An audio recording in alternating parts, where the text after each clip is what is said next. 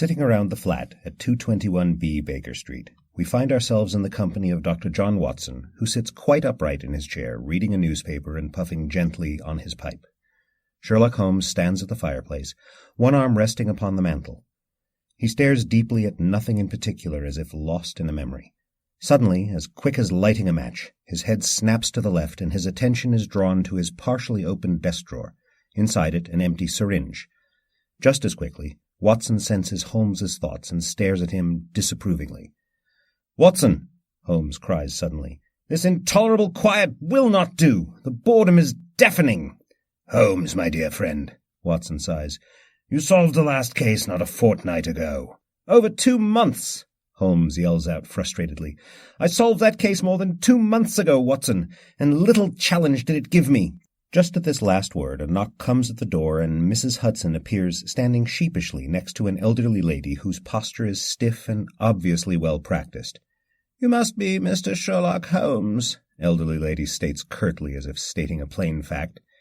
"Indeed I am, madam.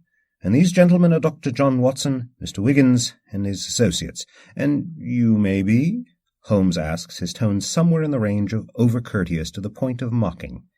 Ignoring any attempt to parse Holmes's demeanor, the lady continues, "My name is Pamela Stafford, wife of the late Sir Matthew Stafford." "Ah," Watson interjects knowingly. "Are you perchance also related to the late Sir William Stafford?"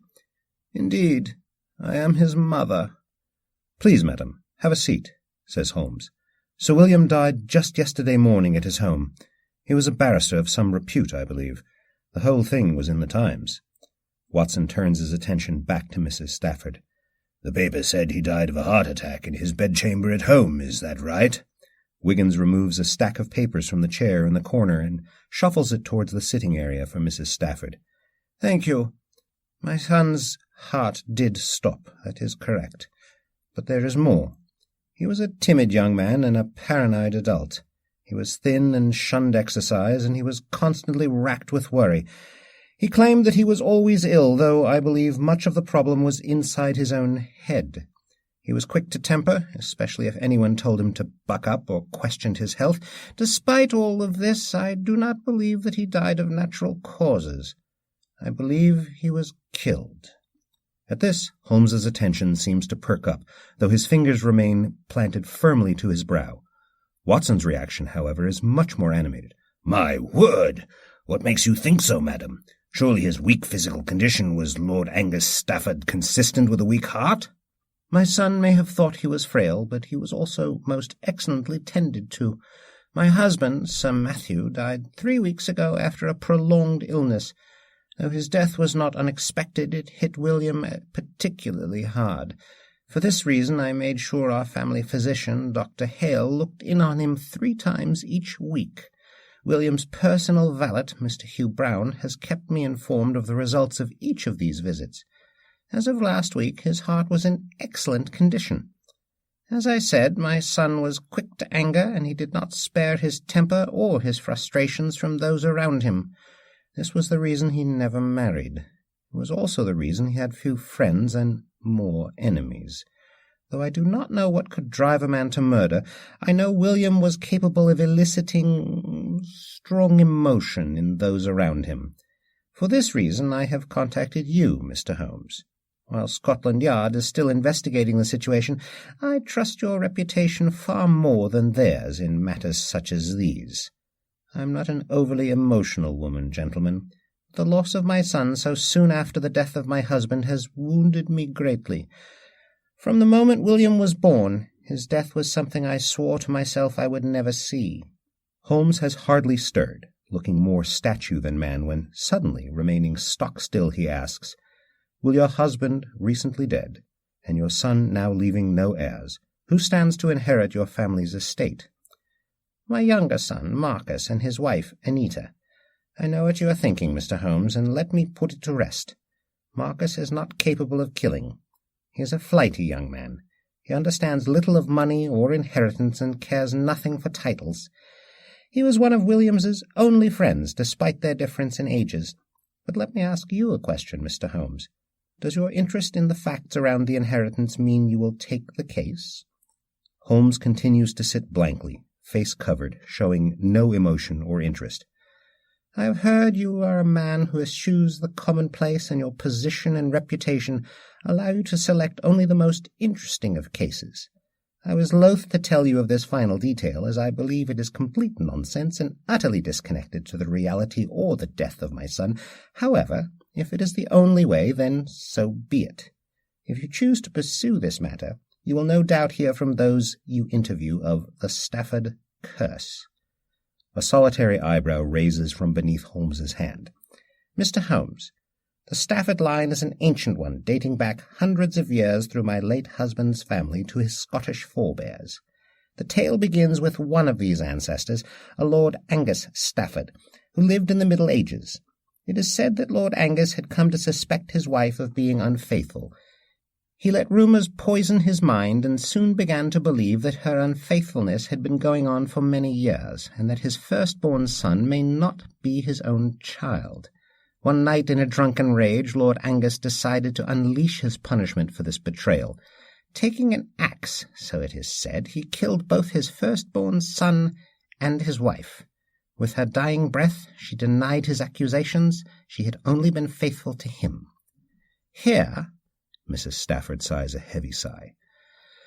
But as the story goes, she went one step further, throwing a curse upon her murderous husband. The curse states that no firstborn Stafford shall ever inherit the estate, so that his progeny would be broken and scattered, and his lands, moneys, and titles divided. "And has the curse been fulfilled?" asks Holmes, showing his face for the first time since the arrival of Mrs. Stafford. "If you were to ask my husband's family, it has. But who is to be sure over these hundreds of years? We are not Scottish lords. That is true, but how many families retain all they have had for so many centuries? It is foolish. But to ask those of my husband's family, not to mention my own children, I am the fool." Mrs. Stafford, after realizing her own agitation, snaps to attention, returning to the stern and calm demeanour she earlier portrayed. "It is foolish, Mr. Holmes, but you will hear it. Do not let it cloud your judgment of my son's case." "Madam," says smiling Holmes as he reaches his feet and bids with open hands for her to do the same, "when I take a case, I consider every piece of evidence, every hypothesis, no matter how absurd." Holmes begins walking Mrs. Stafford to the door, calling Mrs. Hudson as he does so. "I will take your case, madam. My associates and I will soon discover the truth of this matter, and believe me when I say, our judgments are never clouded."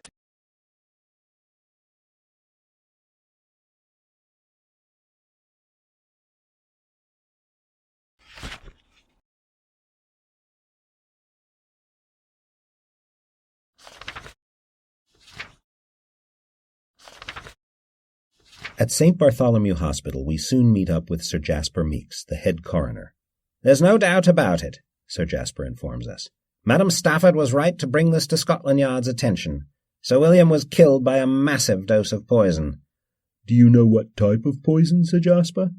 "Cyanide of potassium, enough to kill a horse. It is a fairly common chemical used in the processing of photographic films, but it is quite deadly and painful if used improperly. Most chemists would have access to it." "Thank you, Sir Jasper. This will be most helpful."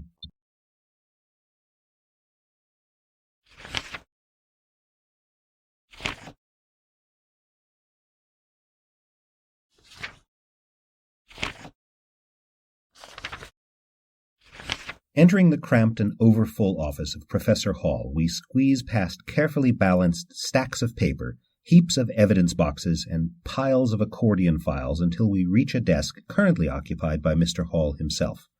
"Ah, Wigan and friends, I see," states Mr. Hall, neither pleased nor upset to see us. "Wiggins, sir." "Quite right," says Mr. Hall as he straightens up in his chair. "You must be here about the Donovan case." No, sir. We're here to talk about the Stafford case." "Ah, right. I understood Holmes had put that one to bed already. 2 cases of poisoning in 1 week would be enough to confuse anyone. At any rate, I can tell you that Sir William Stafford was in fact murdered. Poisoned, in fact, by a lethal dose of cyanide of potassium. Quite a painful death." "We had thought as much," replied Wiggins. "Do you mind if we have a look at the evidence collected at the murder scene?" Of course, lads. One moment. George Hall stands gingerly from his desk and walks over to a collection of evidence boxes, each with a name and a case number carefully inscribed in black ink on the two short ends. After a few moments of mumbling and tossing aside boxes, he returns to the desk and sets a small open box upon it. Written on the side is File 604, Stafford, Sir William M. Inside are several envelopes labeled Broken Glass, some stained scraps from a Persian rug, and the following note. The note says, Dearest William, I am so pleased you are feeling better. Even still, I would hope you would continue your regimen of Dr. E. Kapoor formula. I believe you can attribute your recovery directly to this magical tonic. You will find a new bottle contained within. Please do feel better soon. Your devoted sister-in-law, Anna Stafford. Quite interesting, ponders Wiggins. The glass shards are from different brands of patent medicine, Hall says with a disdainful tone placed upon the final word. Sir, is there any way to tell if the poison was administered via one of the patent medicines? I'm afraid not, my boy. The jumble of glass and liquids soaked into the rug made that determination impossible. Thank you for your time, Professor. This has all been quite helpful.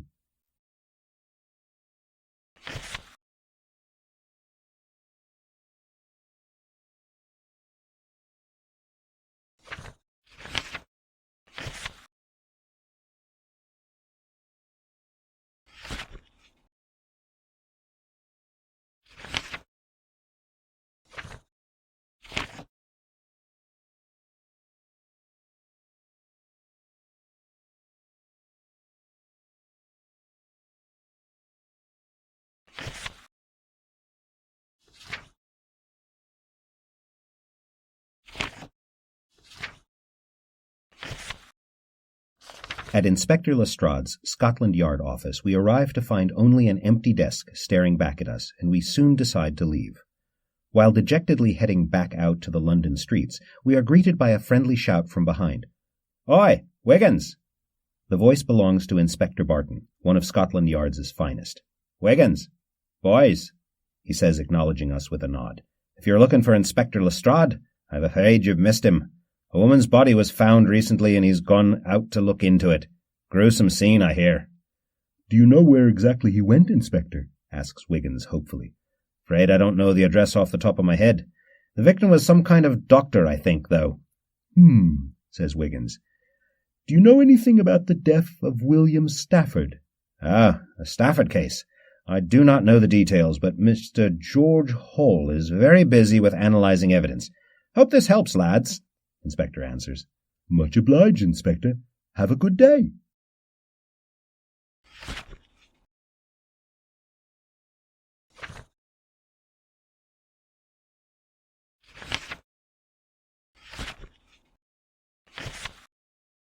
Stephen Wilson disappears into the stacks of legal recordings and eventually returns several minutes later with his findings. Let's start with the Staffords, aside from Sir William himself, as that's an easy one. Pamela and the late Sir Matthew have no records of any kind, while Sir Marcus only has a single case of public drunkenness, which led to some minor altercation at the Carlton Cards Club. I also found a Miss Mary Stafford, who has had several complaints of harassment levied against her, most of which were dismissed. And what of Sir William, sir? Well, as you know, he was a barrister, so was involved in many cases, but none as a defendant or an accusing party. There was, however, a humorous account from one of his recent cases in which he pled for a man accused of drunken brawling and causing a public spectacle. Mr. Wilson rifles through several papers, soon locating the one he seeks. One Mr. Ronald Webber. It seems that during the trial Sir William had some words with the judge, who took none too kindly to Sir William's temper and immediately found against Mr. Webber and levied a £25 penalty against both Mr. Webber and Sir William. We thank Mr. Wilson and let him know he's been quite helpful in providing this information.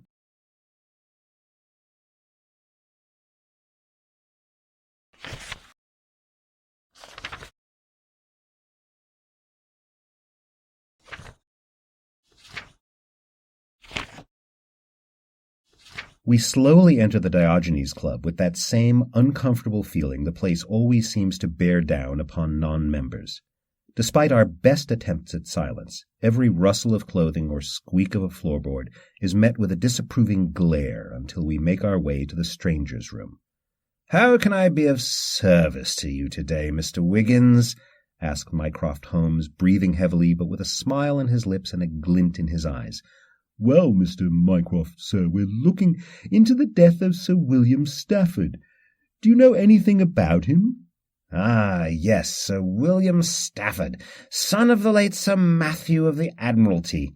A fine barrister, Sir William, and a service to the Crown. He's tried many cases on behalf of Her Majesty. Prickly as a porcupine, though. A one-time member of this club, as a matter of fact."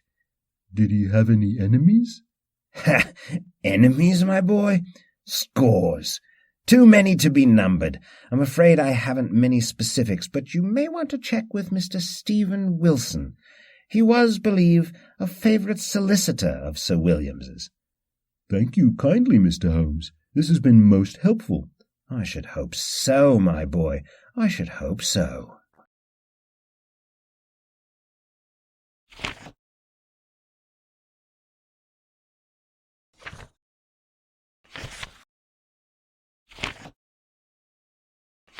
We make our way through mud-filled back alleys, past countless boarded-up doors, scores of beggars, and more than one dead cat before reaching the crowded tenement building listed as the home of one Ronald Webber.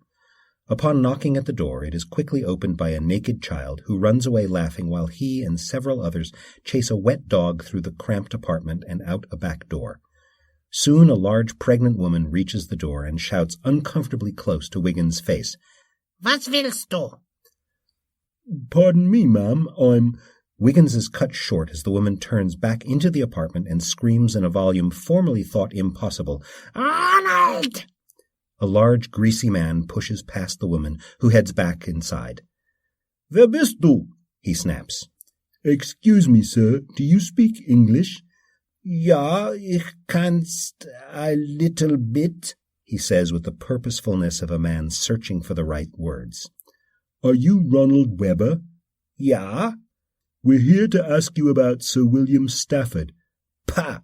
The scum, Sir William. I kill." "You killed Sir William?" "Ja.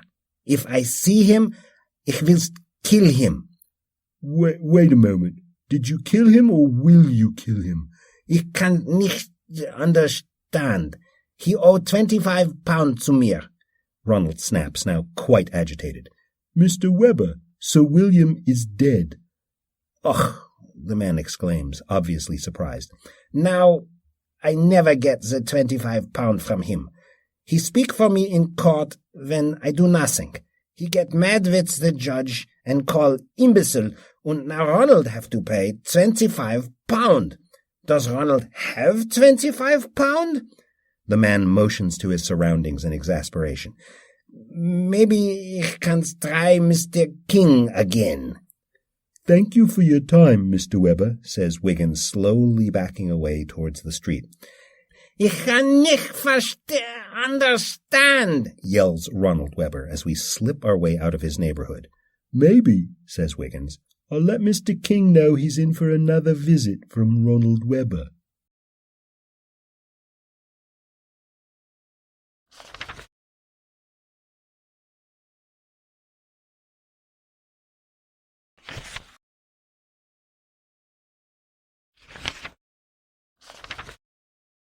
We are just leaving an unproductive visit to Miss Mary Stafford's house when a head pops up over the fence next door, that of a middle-aged woman with sparkling eyes.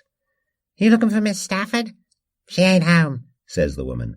"Probably at the Apollo Theatre, or with one of those gentlemen of hers," she says. It sounds as though she's trying very hard to balance her desire to sound properly scandalized with her eagerness for gossip. "Who might you handsome lads be? Would you like to leave a message for Miss Stafford with old Betsy? I can pass anything on for you she needs to know, no worries." "Well, thank you, ma'am," says Wiggins.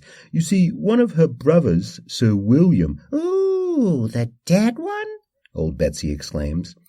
"I read the notice in the paper. I keep up with all the notices, you know, in all the papers." Her face beams with delight. He left her an inheritance, didn't he? Or wait. She looks at us, frowning slightly. You don't look like you come from the solicitor's office, that's for sure.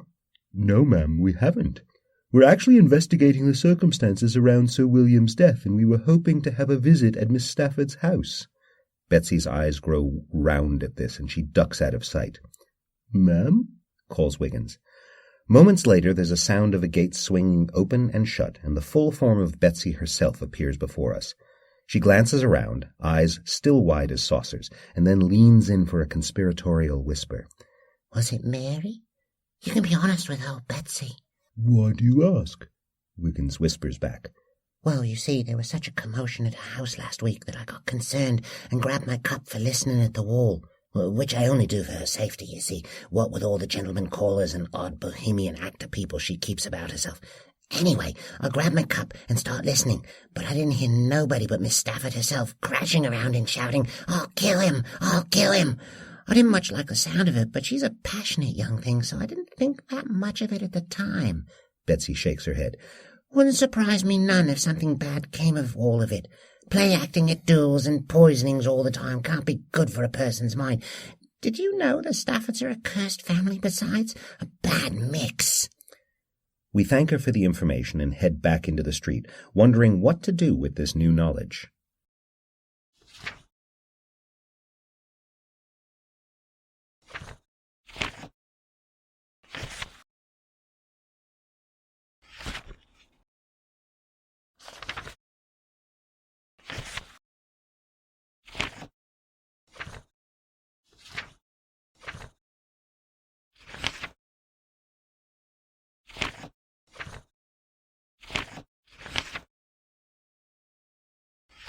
We are greeted at the door of the Stafford home by an older, tired-looking woman in a servant's morning dress.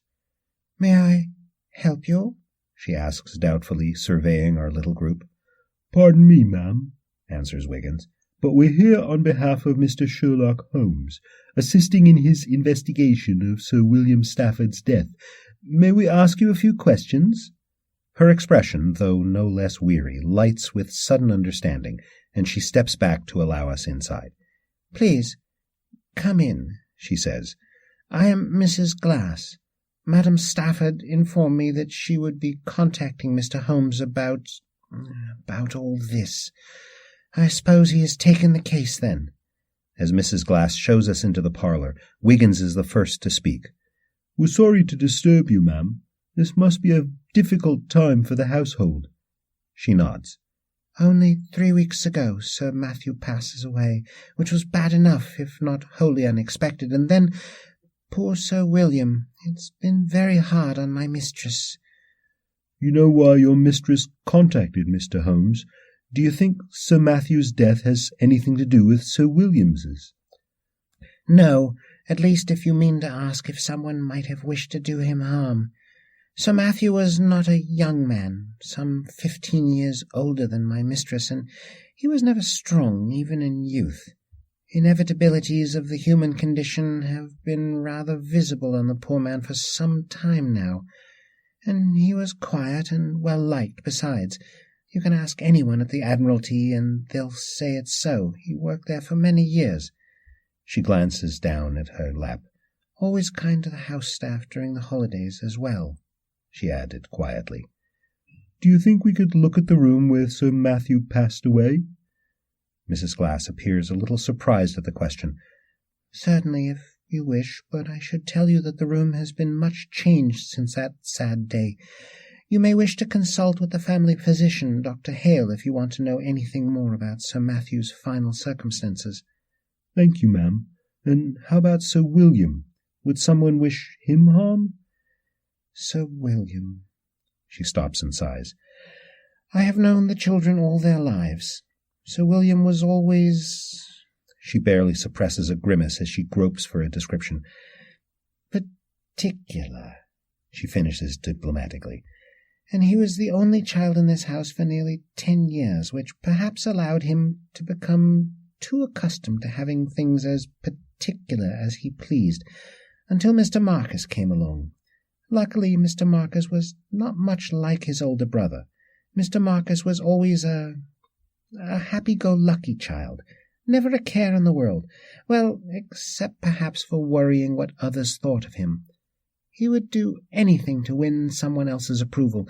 He and young Miss Mary have always been very similar in that regard, although Sir William and Miss Mary, I think, may have been more alike in that they were always both thoroughly convinced of the correctness of their respective positions. While Mr. Marcus would seek to fit himself to the best shape best suited to those around him, Sir William and Miss Mary would seek to fit the world and everyone in it to the shapes best suited to themselves. As you might imagine, the family dinner-table could be a lively place at times. I suppose there is a certain poetic justice to the paths those two chose for themselves, the law and the theatre. I hear that Miss Mary has made quite an impression at the Apollo Theatre, at least equal to the impression that Sir William had made at the Old Bailey. A hint of a smile touches her face, as though the comparison amuses her somehow. It's too bad they never seemed to grow into a better relationship, like Sir William did with Mr. Marcus, or like Mr. Marcus and Miss Mary always had. Was Miss Stafford's and Sir Williams's relationship very bad? Mrs. Glass looks at us warily, understanding the implication. As I said, they didn't get along. You can rarely find two strong-minded people so similar in temperament and so divergent in taste to find common ground. Siblings will bicker. At this point, the cook comes in looking for Mrs. Glass, obviously agitated over upcoming arrangements. Mrs. Glass excuses herself, leaving us to examine any rooms we wish. We find nothing of particular interest in any of the rooms, and soon leave the gloomy residence. We arrive at a large brick building, the home of the late Sir William Stafford, and ascend the slate stairs to the front door. Upon knocking, we are greeted by a tall, bald man in his late 50s or early 60s, who identifies himself as Mr. Brown, Sir William's personal valet. Upon introducing ourselves, he speaks in a soft voice. "Ah, yes. Mrs. Stafford informed me to expect someone in the employ of Mr. Holmes. Please, follow me." We are led through a foyer into a well-appointed sitting room and take our seats upon a short couch. Wiggins begins, "Mr. Brown, our condolences about the loss of your late master. What can you tell us about Sir William?" "Thank you, lad. Sir William had been feeling unusually ill of late. I say unusually, as he nearly always had some medical complaint or other. I believe his latest manifestation of illness was brought on by his father's death, which weighed quite heavily upon him." "Was that because of the curse?" "I believe so. Sir William was never close with his father, nor with many others. It was not so much his father's death, but its implications which worried him. After his father's death, William believed death hung over him as well, that the curse would be fulfilled as it always had."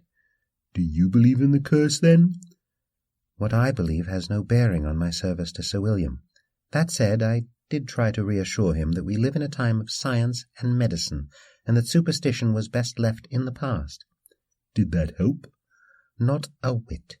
Sir William's mother, Madam Stafford, had employed the family physician, Dr. Hale, to look after him, but he loathed the doctor's visits. Despite Sir William's objections, the good doctor did his best to monitor the master's health, and I was to report his findings directly back to Madam Stafford, which I did. But Sir William preferred what he termed Oriental medicine. He took a wide variety of tonics and infusions proffered by all manner of questionable characters. Sir William had complained of mysterious pains and illnesses since he was a child, and consequently had seen many respectable English physicians who were never able to cure him. He was of the belief that the Orientals had the true solution to his ailments, and was willing to try almost anything in a bottle with a foreign name on the label." "Sir William was a barrister, is that right?" "That is correct. The law and its application was his only true passion, the only thing capable of distracting him from his preoccupation with his health." "Did he have a favourite solicitor with whom he worked?" "Indeed. He often worked with a Mr. Hugh King. I'm afraid I cannot shed any light of any of his cases, as he kept his business quite private." "I understand, Mr. Brown. Do you run Sir William's household by yourself?" "Until quite recently, no. We had a maid working here as well, Miss Doris Kennedy. What were the conditions of her leaving? As you may know, Sir William had quite the temper, and often rubbed people the wrong way, so to speak. He and I did not always see eye to eye on many topics. At any rate, Miss Kennedy did not always live up to Sir William's exacting standards. One day she had apparently had enough of Sir William's comments, and she chose to speak back. She was let go on the spot. Do you happen to know where Miss Kennedy might be now? Despite her lack of a letter of reference from Sir William, I believe she was hired to work with the staff of the Duke of Belminster. I believe he took pity on her, as the master's reputation is likely to have preceded her application. I see. So, may we see the room where Sir William died? Mr. Brown shifts uncomfortably, but eventually straightens up and speaks. Madam Stafford instructed me to assist you in any way that you require. I'll take you to his room. We follow Mr. Brown solemnly up the curved stairway and into a large bedroom decorated primarily in objects and fabrics of robin's egg blue. The bedclothes are in a state of disarray and have been pulled partially onto the floor. Beside the bed is a sturdy side table containing a lamp, a decorative lace doily, and an empty silver tray. On the Persian carpet, in the space beside the bed, are several stains of various sizes. Part of the carpet has been cut away and is missing, most likely the work of Scotland Yard. Sir William died here, states Mr. Brown, attempting to keep his composure. I heard him collapse to the floor as I readied his suit for the day. I was the first to reach him. Do you remember what time it was? It would have been shortly after 8 in the morning. What happened next, sir? Sir William was expectorating a foamy liquid and was having trouble breathing. I opened a window and called out to a street boy to find Dr. Hale. He arrived shortly after, but by that time Sir William had stopped breathing. Dr. Hale told me that the master's heart had stopped. I then sent word to Madam Stafford that her son was dead. My apologies, says Wiggins uncomfortably. Excuse me, sir, but what caused those stains? As I said, Sir William had taken to consuming his oriental medicines. He kept them on the tray you see there. When he collapsed, he must have knocked into the tray. Ah, and the medicine bottles broke open on the floor? Indeed. Thank you, Mr. Brown. You've been quite helpful. The residence of Mr. Marcus Stafford is a modest townhome on one of London's more respectable streets. At the front door we are greeted by a timid servant girl and led into a parlour wherein sits a lovely young woman in her early 20s with brunette hair and a pale complexion. Welcome. You must be friends of Mr. Sherlock Holmes. Please, have a seat, she says warmly.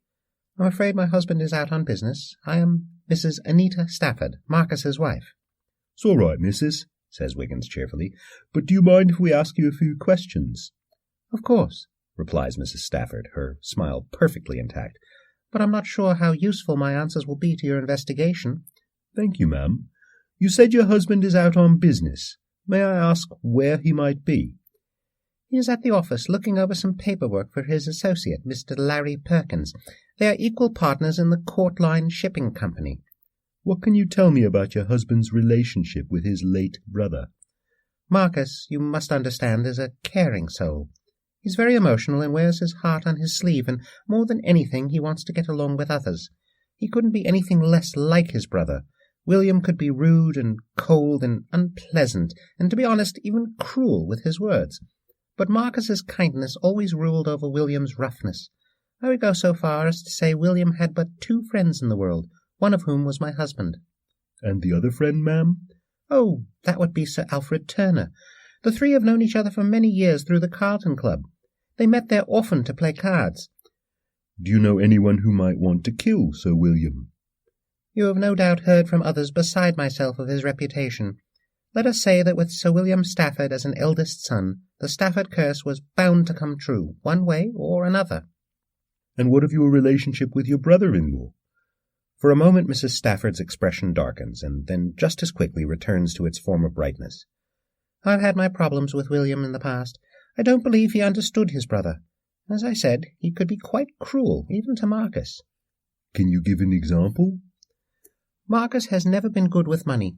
His privileged upbringing had a bit of negative effect on him in that way. He doesn't really understand the value of a pound. For that reason, the shipping business has suffered. William, on the other hand, is a quite successful barrister and has more than enough financially. He has no family and no wife and no appreciable bills to pay. Mrs. Stafford is obviously agitated and begins speaking in what could be described as a hushed shout. Let us be frank. Marcus's business is in trouble, and has been for a year or more. Without what little help I could give, it would have been shuttered by now. A month ago, I went to talk with William. I explained to him the financial problems, the difficulty in finding new customers, the storms taking 2 steamships to the bottom of the ocean. Do you know what he said? Mrs. Stafford sits stock still, her head cocked slightly to the side, eyes wide as saucers as she trembles slightly, waiting for an answer. No, ma'am. What did he say? He said it would do Marcus some good to lose the business, to have to start over, to learn the hard lessons we must all learn at some time in our lives. Mrs. Stafford is now on the verge of tears. However, she manages to maintain the slightest piece of control. What did you do then? What could I do to change the mind of the great Sir William Stafford? A single tear drops from beneath Mrs. Stafford's eye and hits her dress with a soft pat as she continues. I left and came home. I've never told Marcus about my meeting with William. It would crush him. Do you know any of the particulars of Sir William's death? Only what little my mother-in-law, Madam Stafford, shared with me. You would have to check with Mr. Brown, who found him, or Dr. Hale, the family physician. What can you tell us about Dr. Hale? He's a good man, and far kinder to William than many would have been in his position. Whatever Madam Stafford was paying him to attend my brother-in-law was surely not enough for what he must have had to endure. As you may know, William had little trust for modern medicine, and tried to rely on those ridiculous patent remedies to solve his problems. Dr. So-and-so's this, rapport what's-his-name that. Nonsense, all of it. Mrs. Stafford, with both the old Mr. Stafford and Sir William dead, Marcus stands to inherit a great sum of money. Yes, and with it the business is saved. I know it must look awfully convenient, but all I can do is assure you neither Marcus nor myself had anything to do with his brother's death. Marcus would be mentally incapable of such an act, and I myself could not do it, not for love of William, but for my husband. William's death has not been easy for him to handle, and before William's death I could have told anyone it would be so. William may have been killed, and many of those whose lives he touched would not be sorry to see him go, but personally I would not be surprised if his own black heart decided to give out of its own volition. Perhaps in that way the curse did come true. Please, gentlemen, I must ask you to leave now. This conversation has tired me greatly. Thank you for your time, madam. Victoria, please see these good people to the door. With that, we take our leave of Mrs. Anita Stafford.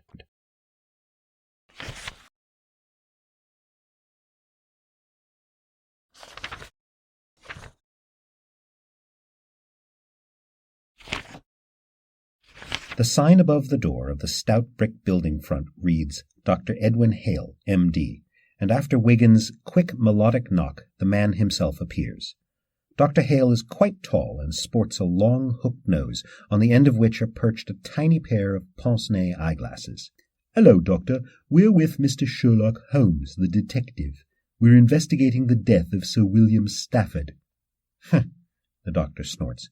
Don't just dilly-dally about the stoop. Come inside.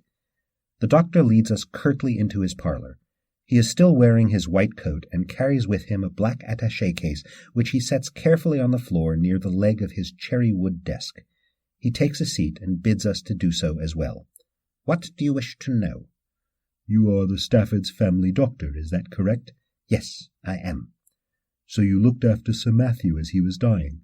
Yes, entirely natural causes there, as I confirmed in the death certificate. He was quite an elderly and infirm man at the end. Did you also attend Sir William when he died?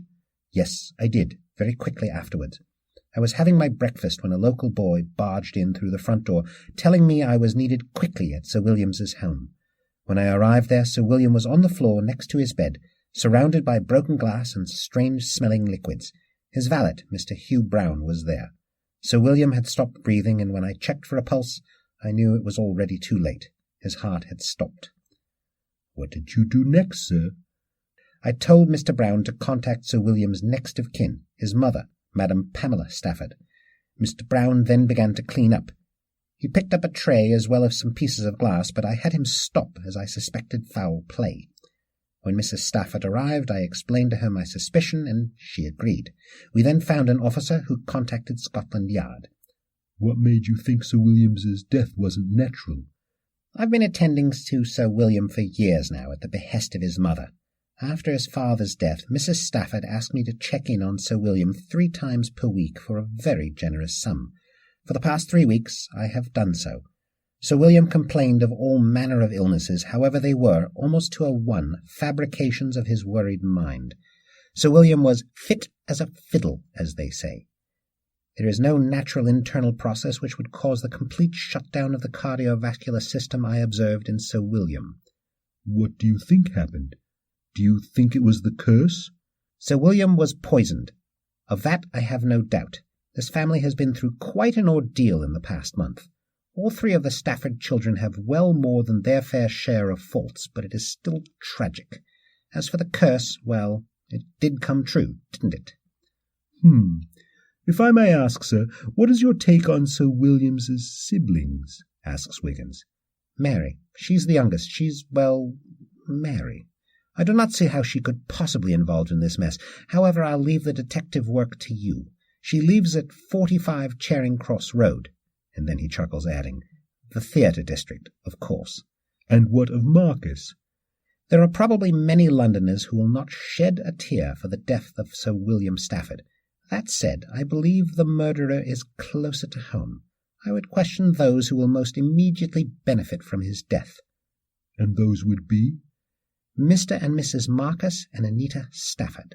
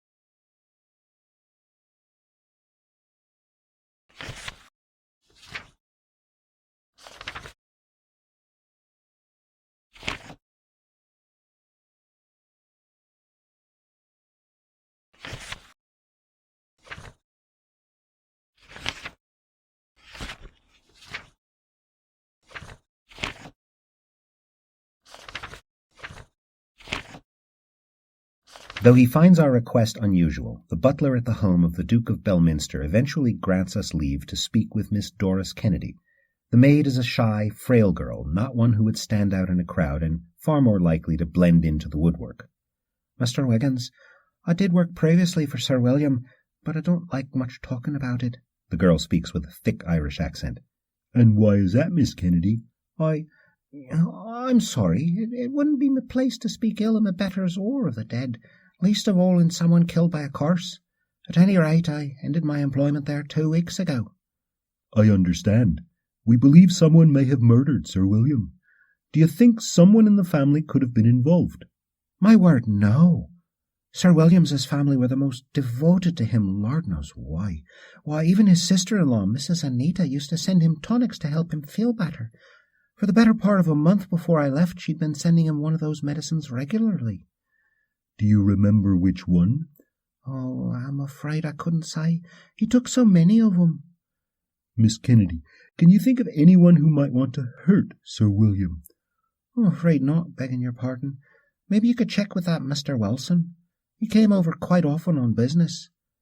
Just then the butler enters and informs us that if we have any further questions for Miss Kennedy, they would have to wait until her duties were complete for the day.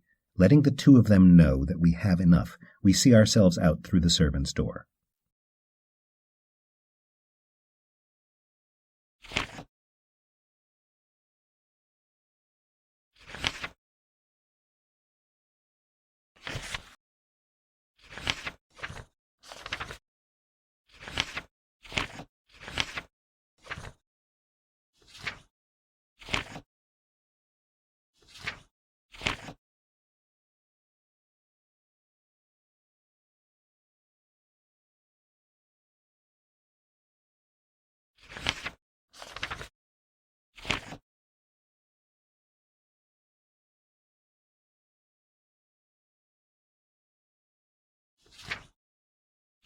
Travelling to one of London's less reputable streets, we soon stop in front of the home of Mr. Larry Perkins.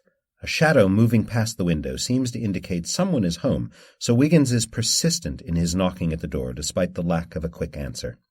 Eventually, a slightly overweight gentleman with a balding pate opens the door. He's wearing a dressing gown and his skin is quite flushed. His brow is sweating profusely. Yes, yes, yes! What is it you insist on bothering me with? He yells, brandishing a cane as if ready to strike poor Wiggins. Sorry to bother you, Mr. Perkins, but we'd like to ask you a few questions regarding the death of Sir William Stafford, your business partner's brother. I told Marcus I was sick and that any business could wait until tomorrow. The same goes for you. Please, sir, it'll only be 5 minutes, and if we don't get what we need, I'll have to tell Mr. Holmes, and he'll no doubt want to come by in person. Holmes, you say? All right. I'll give you 5 minutes. 5. No more. Now come inside. Mr. Perkins lowers his cane and sets it down beside a muddy pair of boots and a crumpled coat near the door. He then leads us through his cramped hall into an equally cramped kitchen. He and Wiggins are able to grab a seat, leaving the rest of us to stand. Get on with your interrogations, boy, cracks an uncomfortable and obviously perturbed Larry Perkins. Sir, what was your relationship with the late Sir William? Huh? We had no relationship. He tried to see me as little as possible, and I did the same with him. I would never have even seen the man more than once were it not for his brother. Marcus and I have been trying to keep our business afloat for years now. The business isn't doing well? Frankly, no, not that it's any of your business. Marcus isn't so much of a partner as he is a dead weight around my neck. All he brought to the table was the seed money, and now that's long since gone to the bottom of the Caribbean, not to mention having to put up with the nagging of that fool wife of his, Anna. Anna? Asks Wiggins. Yes, Anna Stafford. What are you, deaf, boy? Perhaps I'm a bit unfair to Marcus, though. He's a fine fellow, and he's done his share of smoothing over rough patches with demanding clients. It's hard for anyone to stay mad at Marcus long. He'd jump off a bridge if a stranger asked him to. With Marcus's brother dead, he now stands to inherit the estate. That should save the Court Line Shipping Company, shouldn't it? Mr. Perkins stiffens up noticeably as he makes his reply. It should. And what of it? If you're implying that I could... or Marcus? No, I won't hear it any more. These implications are preposterous, slanderous. Sir, pleads Wiggins, I'm not implying anything. Oh, yes, you are. You're implying that I killed William Stafford, and I won't have it. Instead of grilling me, a sick man, you should be out looking for the real murderer, or should I say murderess? Sir? That's right. Have you thought for 1 second with your pea-sized brain that I'm not the only one to benefit from Sir William's death? What about Mrs. Anna Stafford, Perhaps she's the Stafford curse, Look what she's got to gain. She'll move from that hovel they're in now to the big house in Shaftesbury. She'll have a fleet of servants, and she'll have no excuse to feel worried about her husband's business. It'll become his hobby, nothing more. Mr. Perkins pauses now to catch his breath and seems to think deeply before continuing. And she had the opportunity to do it as well. How do you mean, sir? You have no doubt heard of Sir William's affinity for patent medicines, Well, I happen to know for a fact that 1 month ago, as it looked clear that old Sir Matthew was passing, Anna Stafford began sending a patent medicine to Sir William on a weekly basis. All she would have had to do was to lace a bottle of it with poison and wait for the inevitable result. Larry smiles devilishly as he finishes expounding his theory, as if quite pleased with himself for putting together all of the pieces. Do you happen to know the maker of the medicine in question, Mr. Perkins? Larry stiffens once again at this. No, I don't, and I don't see what that would matter. Thank you very much, Mr. Perkins. We'll take your ideas into consideration in our report to Mr. Holmes. Indeed, I hope you would, boy. One more question, if you please. Where did you go this morning? What are you talking about? I've been home all day, remember? I'm sick. Well, it's just that your muddy boots were by the front door with your cane, and your coat wasn't hung properly, and you were clearly up and about before we came knocking at the door. Now it is Wiggins' turn to smile, no doubt thinking Holmes would be quite pleased with his observations. Humph! Mr. Perkins snorts. I've answered enough of your fool questions. Off with you! I've got to get some rest. Thanks again, Mr. Perkins. This has all been quite helpful. Greeted by the enchanting aroma of the Thames River, we make our way gently downhill to the warehouse and office of the Courtline Shipping Company. Continuing to the office, we can feel the eyes of the sailors and longshoremen all around, following us all the way to the ill-fitting door with the fading whitewash. After a quick knock, we come face to face with a large, bearded gentleman in a worn knit cap. "Aye, who are you here to see?" he grouches out. "Hello, sir," says a slightly nervous Wiggins. "We're here on behalf of Mr. Sherlock Holmes to see Mr. Marcus Stafford." The burly man lets out a sound like an old, creaky floorboard, and then motions for us to follow him inside. We're led through a dingy waiting room containing a few chairs and many stacks of papers and packages, down a hallway and toward an office from which we can hear voices. Once at the door to the office, we can see two occupants standing opposite each other. One is an Englishman in his early 30s, wearing a well-fitted suit of reasonable style. His hair is cut short and parted to the left, and on his face is a close-cropped mustache. His stance, voice, and expression all convey a distinct feeling of uncomfortableness. The other occupant of the room is an Asian woman with long black hair delicately coiffed and fixed with a tortoiseshell comb. She has an exasperated expression on her face. "Mr. Stafford, I know your family has been through quite a tragedy.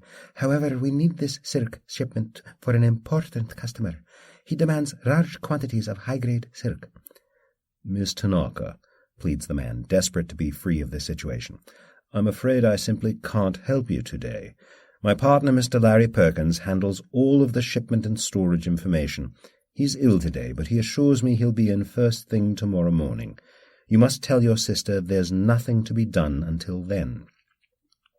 "I will do so, Mr. Stafford. But you can be sure when this business is concluded, my sister will want to reevaluate our business's relationship with your shipping company." With that, the woman exits, head held high. The man, Mr. Stafford, places his hands on the desk in front of him and drops his head between his shoulders. Several silent seconds pass before he looks up again. Only then does he appear to notice us, as well as the burly man who led us here. "Mr. Martin," he manages to speak past his exhausted expression, "who are these gentlemen?" "These folks are here on behalf of Sherlock Holmes, the detective," says the large man. Mr. Stafford waves a hand and speaks once again. "All right, Mr. Martin. Thank you, I'll speak to them here. Please, gentlemen, have a seat." We take our seats, and only after doing so does Mr. Stafford join us in our sitting.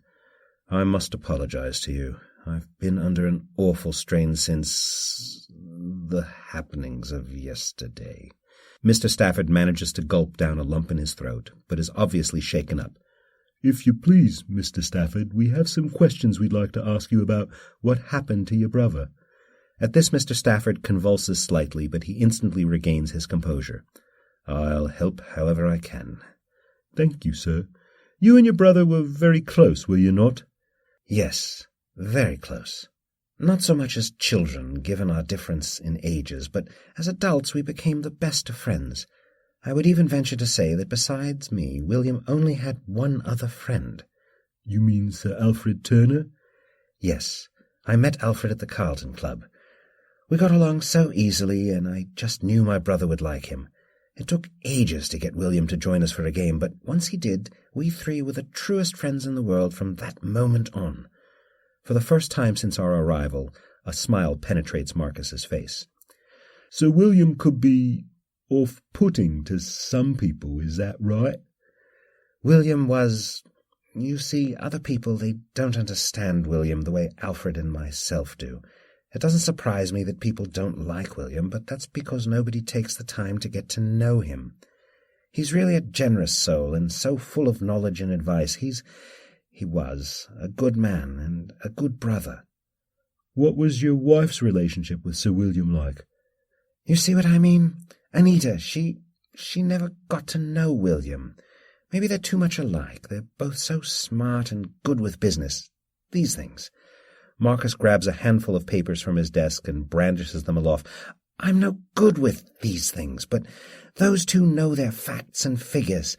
That's why they never got along. It's the same way with my partner, Mr. Perkins. He could barely stand being in the same room with William." "Do you think Anita—" William's question is cut short by a raised hand from Marcus. "Please, young man, we shan't go there." My apologies, Mr. Stafford. You mentioned your partner, Mr. Perkins. Yes, Larry, but nobody calls him that. It's always Mr. Perkins. Without him, and Anita, of course, the company would have been dead long ago. How did you come to partner with him? Well, we met through a business associate of William's, actually. Mr. Perkins had worked at another shipping line and knew the business well. All he needed was a partner with the right amount of seed money, and I had been looking for something to get into. I never found a profession to motivate me the way the law practices had for William. This seemed as good a job as any. Well, I know this is difficult, sir, but can you think of anyone who might want to kill Sir William? No one. You mentioned that Mr. Perkins isn't here today. Do you mind if we take a quick look in his office? Of course. I'll show you to it. Mr. Stafford leads us back down the hall to another small office similar to his own. The room contains a desk and a cabinet and a few chairs and some neatly ordered stacks of paperwork. A small scrap near the foot of the desk, adjacent to a round metal rubbish can, catches our attention. Picking it up, Wiggins reveals the following note. The delivery was made. Meet me back alley Mrs. Ward's 8 a.m. Bring what you owe. Signed, E. Sir, asks Wiggins, any idea what this means? None, says Mr. Stafford, looking as confused as we are.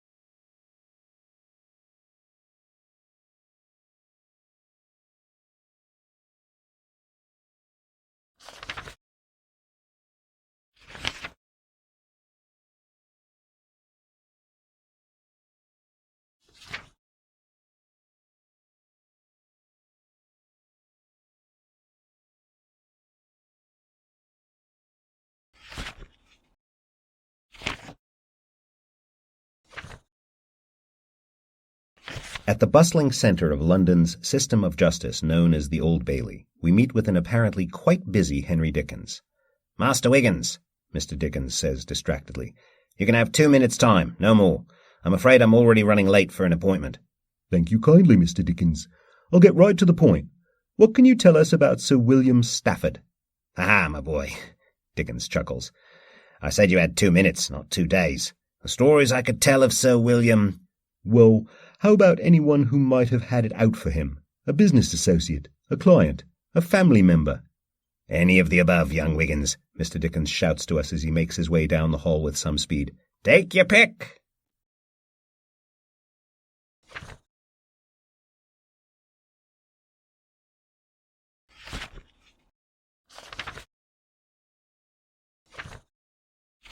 Hugh King is a freckled man of average height, sporting a frizzy shock of bright red hair. Despite his face having the look of a tired and broken man, he is in good cheer and greets us warmly. Thank you for seeing us on short notice, Mr. King. We are investigating the death of Sir William Stafford. We understand you had some business with him. Surely I did. I was one of many solicitors to bring cases to Sir William. Made him plenty of money, I did. And he was good for my business as well, leaving me to all the clerical work. It was enough I had to hire my assistant, Jack. Did you and Sir William get along well? Well enough, I'd say, for a working relationship. In fact, he once even invited me to join him and his brother Marcus at that card club they go to, the Carlton Card Club, I believe. You're no doubt well apprised of Sir William's temperament. Well, I simply ignored most of his rudeness, so he stopped directing it at me. Saved most of it, but poor Jack, he did. Jack would get quite agitated with Sir William, but he always managed to hold his temper. Probably knew he'd have trouble getting a desk job anywhere else. Is Jack his surname or his given name, sir? Ah, my apologies. It is his given name. His full name would be Jack Parker. He is an African fellow from Guinea, but he speaks fine English and is smart with figures. His persuasion, however, made him an easy mark for Sir William's uncouth comments. Do you think Jack might wish Sir William harm? He might wish it, but as I said, Parker is a smart fellow. He'd not do anything to someone so powerful as William Stafford. Do you know anyone who might? If I had my bet, I'd look at Ronald Webber. And why is that, sir? Well, do you see that window over there? Mr. King points to a window frame, absent its glass. The inside is covered in brown butcher's paper, while the shadows of boards affixed to the outside can be seen through it. 2 days ago, in broad daylight, mind, Ronald threw a brick right through there. He kept yelling about £25 and that either I or Sir William would pay. He was drunk, so I had a bobby take him home, as I didn't want to see him get in any more trouble. But after I heard of Sir William's death, Ronald was the first name to come to mind. I'm afraid I can't discuss the particulars of his case, but let's just say he can be a violent man. Thank you, Mr. King. You've been most helpful.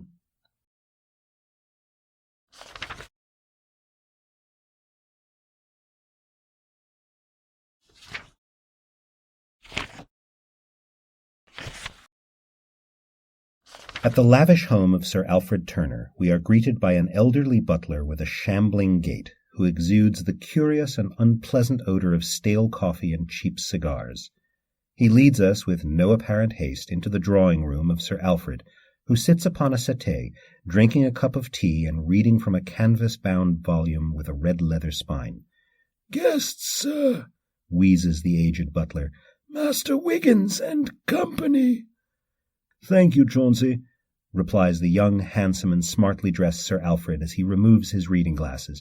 "Now, do go sit down. You look as though you'd fall to pieces if hit with a stiff breeze." Sir Alfred sets down his tea, perches his book on the back of the settee, and welcomes us in with an open-handed gesture. "Do excuse Chauncey, gentlemen. He's been with the family for ages, and it shows, I'm afraid. Now, what can I have the pleasure of doing for you?" "You see, sir, we're investigating the death of your friend, Sir William Stafford, on behalf of his mother and Mr. Sherlock Holmes." William, says Alfred, shaking his head as he does so. "Frankly, this has been coming for a long time. William was a foul soul who delighted only in sowing his negativity to everyone around him." "Sir," says Wiggins with some puzzlement, "I thought you were friends with Sir William." "The best of friends, lad. And with Marcus, too, but that doesn't make me oblivious to their faults, nor William's to mine. Marcus, on the other hand, well, it is precisely their quirks and foibles that made the Stafford boys of interest to me. Life can be so tedious without some interesting acquaintances." "Sir, you said that Sir William had this coming. Can you think of anyone specifically who might want to hurt him?" "There's really far too many people in London who didn't care for William. Have you tried making a list of those who didn't want to kill him? If you do, be sure to put myself and Marcus straight at the top." "What about Marcus's wife?" "Anita? I shouldn't think she was capable, though it is not in question how she felt about William. She once told me that she asked him for money to help Marcus's business, the Court Line Shipping Company, and he refused. He told her she looked as pitiful as the little match girl, and for all he cared she could end up the same way. That's true William, that is. I'd not thought a penchant for murder would be part of the character of Anita Stafford, but I've heard stranger things in my time." "And if you please, sir, what do you think of the Stafford curse?" "Delicious, isn't it?" exclaimed Sir Alfred with a smile. "An ancient curse laid upon a Scottish lord continues its deadly designs centuries later. You couldn't write a more exciting plot if you tried." Sir Alfred allows his smile to fade away and pauses several moments as he stares into the fathomless distance. "Please, gentlemen, don't think that my levity is out of malice or uncaring. We each cope in our particular ways." "Of course," replies Wiggins tenderly.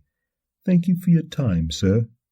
Sir Alfred nods, almost to himself, and calls Chauncey to see us out.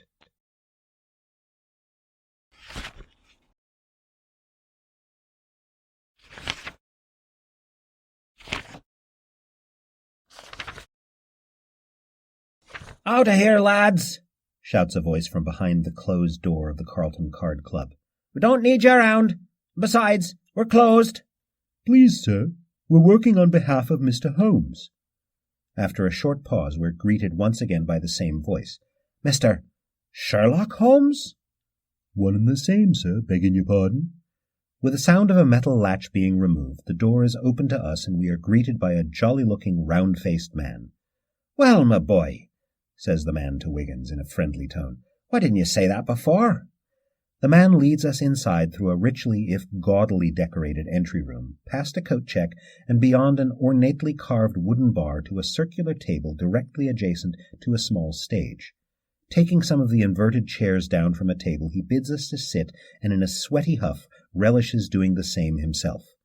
"Well, lads, what business has Mr. Holmes got to do with the Carlton Club today?" "Well, you see, sir," begins Wiggins, "we're here to ask about a few of your patrons, but first, if you please, sir, I don't believe I've caught your name." "Ah, yes, my boy, yes, excuse me for that. I wasn't quite expecting any visitors at this hour, so, you see, I'm a bit flustered. My name is Mr. Allen, that is to say, Mr. Joshua Allen. I'm the business manager here at the Carlton. Now," he says as he takes a handkerchief from his pocket and wipes the copious amounts of sweat from his forehead, "who are these patrons Mr. Sherlock Holmes would like to know about?" "Well, sir, we'd like to know some things about Sir William Stafford, his brother Marcus, and their friend Sir Alfred Turner." Mr. Allen's ruddy nose wrinkles as if he'd just smelled something foul. "This hasn't anything to do with Sir William's death, does it? I read in the paper that he died of natural causes, but if Mr. Sherlock Holmes's compatriots are asking questions about him, well, it must be something else. That is, unless—" "Mr. Allen," interjects Wiggins, "please, sir, might you be able to tell us anything about those three gentlemen?" "Ah, yes, right, the three," stammers a confused-looking Mr. Allen. "Well, the three were, of course, the best of friends. Sir Allen has been a long-time player here at the club. Mr. Marcus, I believe, was the first of the Staffords to come here, and he made friends with the regulars and the staff as well, quite quickly, though he mostly preferred to play with Sir Alfred on account of his sense of humour as well as his generosity with the drinks. I believe Sir Alfred even attends the odd dinner with Mr. Marcus and his wife, Anita." "And what of Sir William, sir?" "Mr. Marcus, you see, was always trying to involve his brother in his activities and his socializing, so he said. After weeks of cajoling, he was able to get Sir William to attend a whist game here, along with Sir Alfred. Sir William was his usual self, but Sir Alfred would have none of it. He deflected every cutting remark, every base insult with a witty pun or a razor-sharp retort. As the night wore on, I was sure that two of them would come to blows, and poor Mr. Marcus did the best he could to try and keep the whole adventure from turning into a disaster. But, sure as I'm alive, as the game came to a close, both men took to their feet, and Sir William extended his hand to Sir Alfred. Sir William said, and I'll never forget this, 'In a city full of bores and imbeciles, you, sir, are a welcome adversary.' Needless to say, I nearly fell on the floor, such was my disbelief, and the three of them were thick as thieves from then on, as the saying goes." "Sir, might you be able to think of anyone who might want Sir William dead?" "Ah, murder investigation. I knew it. As to whom you should suspect, I'm afraid there isn't enough paper in London to make a list long enough. But if it helps, you can scratch both Sir Alfred and Mr. Marcus straight off. And myself, of course," he adds hurriedly. "We'll surely miss Sir William's patronage here, if not his attitude." "Thank you very much for your time, Mr. Allen," adds Wiggins. "Glad I could help, lads. Anything for Mr. Sherlock Holmes," shouts Mr. Allen as we make our exit.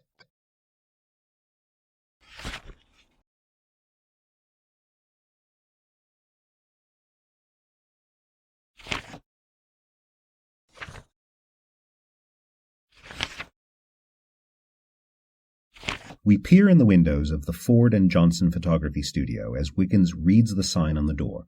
"Messrs. Ford and Johnson are currently out and about London, capturing the exciting sights of the day.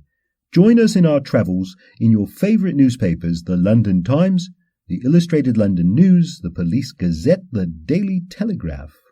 Wiggins tries knocking a few times, but nobody answers. He shrugs. "Oh, well," he says, "I suppose we could try back here later." We look at the specimens of work hung in the window. An image of Westminster Bridge, a large bird-like creature appears to be plummeting down to the river below, captioned, "Startling Happenings in London." A woman in heavy stage makeup, wearing oriental dress. Miss Mary Stafford as Yum-Yum in The Mikado at the Apollo Theatre. "They certainly do get around, don't they?" observes Wiggins. "Well, where to next, lads?"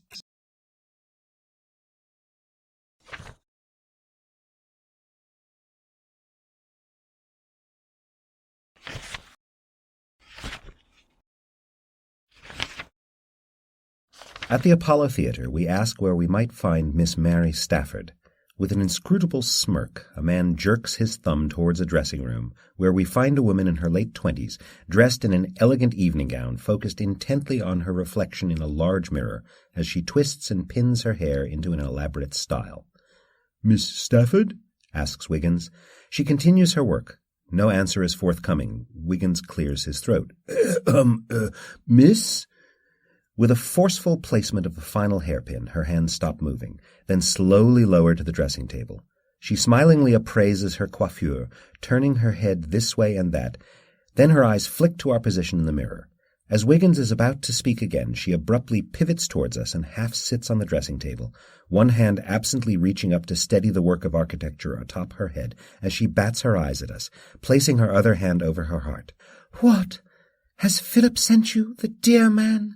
she asks, or perhaps proclaims, in a syrupy, sentimental stage voice. "A sweet group of cherubs to serenade me before my performance?" Wiggins appears unnerved. "And after darling Philip sent all those roses as well," she simpers, gesturing towards an enormous arrangement of red and white roses standing in the corner of the room, with a tag on them reading, "My darling, a rose by any other name could surely only be called Mary. Please accept these and my undying love. Your own humble, unworthy Philip Cooper, XXX. Cool, mutters Wiggins. Does she win the Grand National? Shaking his head as if to clear it, he turns back to her and says, No, miss. We're here on behalf of Mr. Sherlock Holmes. Her eyes widen with glee, and Wiggins quickly finishes, Because your mother, Mary Stafford, engaged her services to look into the death of your brother, Sir William. Mary Stafford's face collapses into a pout. "Oh, is that all? How hateful," she says, sniffing. Miss Stafford, I'm very sorry to disturb you. I know this must be hard." Her face moves from sulking to pained, and she reaches a hand toward Wiggin, making herself the very picture of a pitiable creature. "Thank you, young man," she exclaims. Nobody understands how difficult this is for me." "Yes, well, what I have had to do, and William always—" Her lip curls, and she makes a very unelegant flapping motion with her hands. "Always sneering at me, and my work, at my life," she finishes loudly and crossly. She hops off the dressing table and swoops towards us, slipping her right arm around Wiggins's shoulder. She leans in closer to her cheek, and then turns her head and stares soulfully into the distance.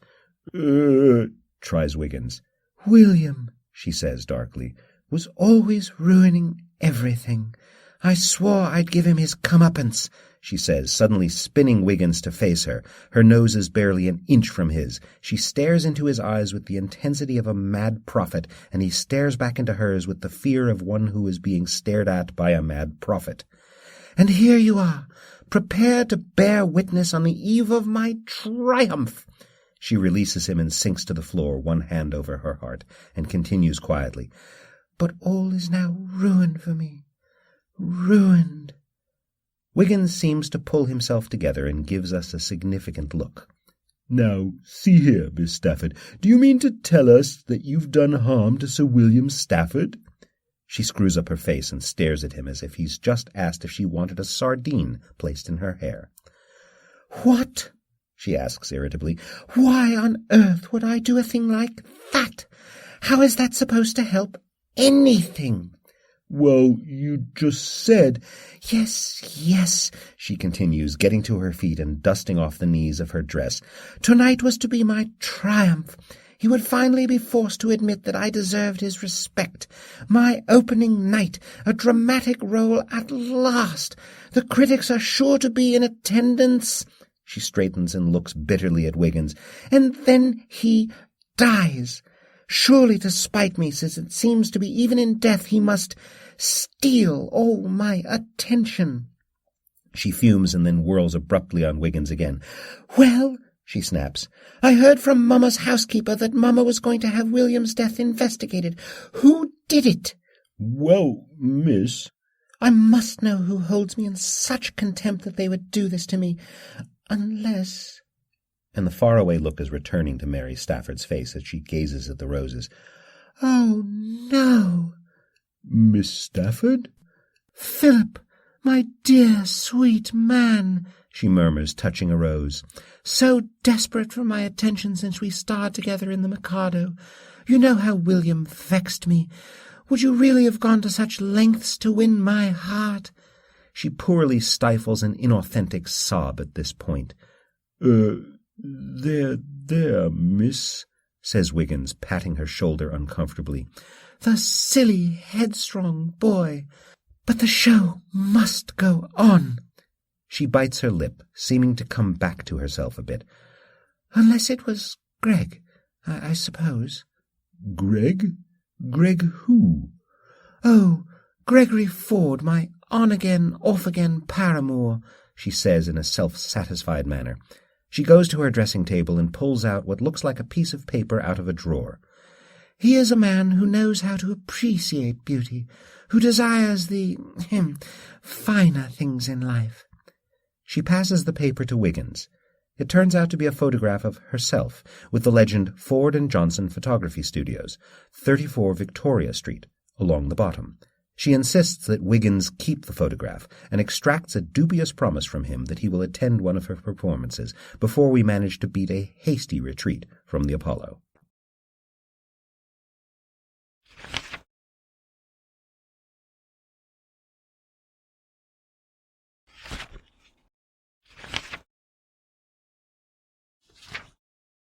After knocking on the door of a sketchy-looking house on Walworth Street, the door opens to a porky, bearded man. "What?" he asks, looking at our party of investigators, gathered behind Wiggins suspiciously. "Excuse us, sir. We're looking for Dr. Kapoor," answers Wiggins. "Doctor? Ha, this one no doctor. Charlatan pretend to be doctor. This is who she is, selling her magical elixir. I kicked her out the other day. You see, doctor would have money to actually pay rent. This one had only promises and lies." "Do you know where we can find her? Maybe office address?" asks Wiggins, not losing hope. "I do not know, do not care. Now get out," says the bearded man, slamming the door in front of our noses.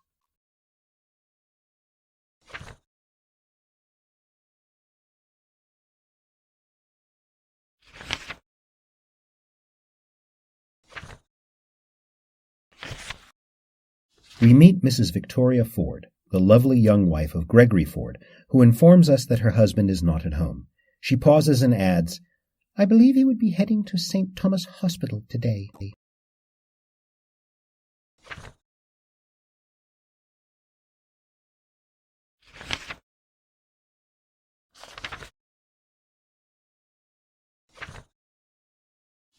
At St. Thomas Hospital, we are directed by the receptionist to one of the myriad identical first-floor rooms located off the main hall. As soon as we enter, we are blinded by a bright flash. "Oh!" yelps Wiggins like a wounded puppy. "My eyes!" After a few moments, our vision returns, and we see two men inside. One is a tall man with auburn hair and long sideburns who stands beside a large photographic camera. The other man is barely recognizable as a living human, more closely resembling a mummy from the British Museum. His body is wrapped in plaster casts nearly from head to toe. The man's right arm and left leg are elevated well above the surface of the hospital bed he lies on. From his mouth protrudes a strange wire contraption. "Hello, lads," the photographer greets us cheerily. "I'm Mr. Gregory Ford from the photography studio. You may have seen my work. You must be here to see Mr. Roberts." "Actually," says Wiggins, alternately rubbing his eyes and blinking them in an exaggerated fashion, "we're here investigating the death of Sir William Stafford." "Stafford, you say? Mary—" He trails off in a dreadful manner, the color draining from his horrified face. "You haven't talked to my wife, have you? I'm sorry, but I've got to go. I've never met Sir William, I assure you, and I'll be of no help to your investigation, but I must be getting home." With the speed of a whirlwind, Mr. Ford packs up his equipment and hurries out the door, practically knocking it off his hinges in his haste. Once Wiggins regains his senses, he turns his attention to Mr. Roberts. "Mr. Roberts, how did you come to be in such a condition?" "You see," the poor man on the hospital cot manages to say, barely able to speak through his wired jaws. "How shall I start? Have you ever been to the top of a large building?" "Building? Oh, building. Yes, sir, I have. You may have noticed that every year, the man continues with some effort, his accent evident of an education in the southern region of the United States, buildings get larger and larger. Soon they will exceed 12 floors. Should there be a fire in a building of this size, occupants at the top shall have no means of escape, and shall surely perish. I mean to put a stop to all this before it becomes an issue which shall surely put millions of lives in peril. Indeed, sir. How? Asks a puzzled Wiggins. I've invented the world's first and only parachute suit. A stylish and well-tailored men's suit, fixed with a carefully concealed parachute of the finest oriental silk. In case of a fire in a tall building, a man equipped with one of my parachute suits will simply open a window and jump out, whereupon the parachute of silk will, of its own accord, unfurl, and he shall glide gently as an autumn leaf to the street below. And you jumped out of a building with your suit? Asks an incredulous Wiggins. No, lad. I jumped from Westminster Bridge. A pregnant pause hangs thick in the room until eventually broken by Mr. Roberts. And I would have succeeded, too. However, my current prototype demands more height. My next attempt shall be far better. You plan on trying again? My invention is vital to the safety of millions. It must be tried again, and again, and again. My next attempt, as soon as I'm released from this blasted hospital bed, will be from the spire of Notre Dame Cathedral in Paris, once I attain the proper permissions from the French government. It is obvious to us that Mr. Roberts will in no way be persuaded from his plan to test his parachute suit again, and so we take our leave of him, unsure if he is a visionary, a genius, a madman, or all three.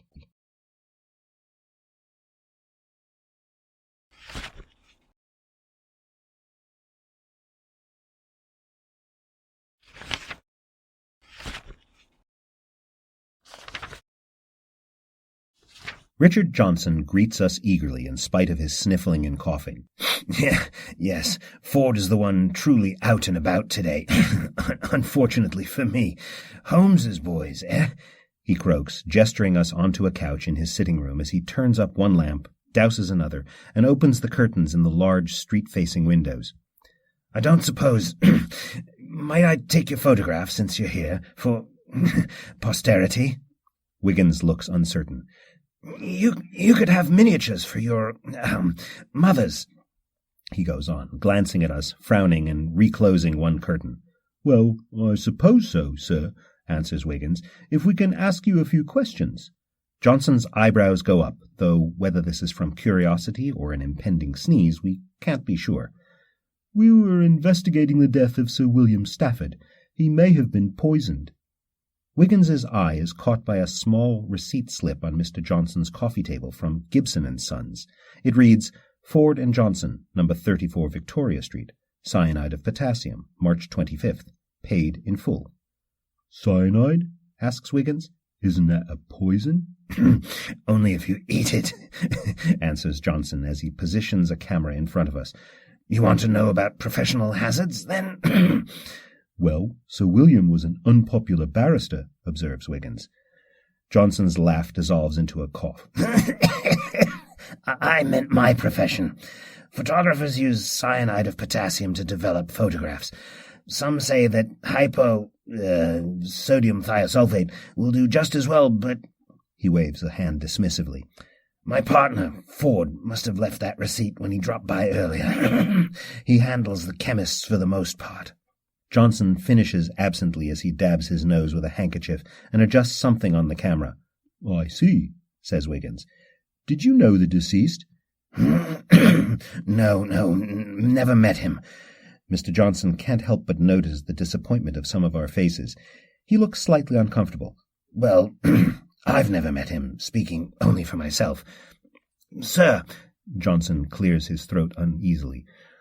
Ford is acquainted with a Miss Mary Stafford, the actress over at the Apollo.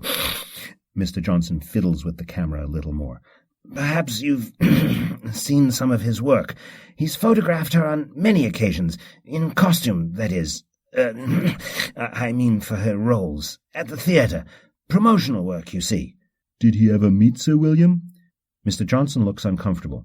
I don't know if he ever happened to meet your unfortunate soul, but Gregory and Mary, Miss Stafford, do spend a lot of time together.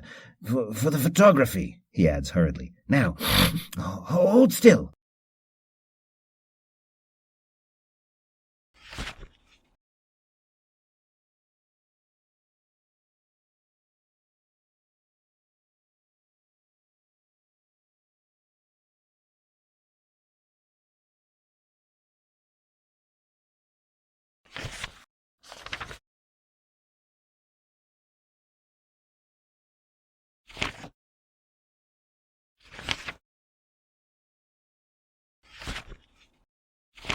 Arriving at Gibson & Son, we enter the door sprightly, tripping a gently tinkling bell affixed to the frame. 2 men are standing behind the counter.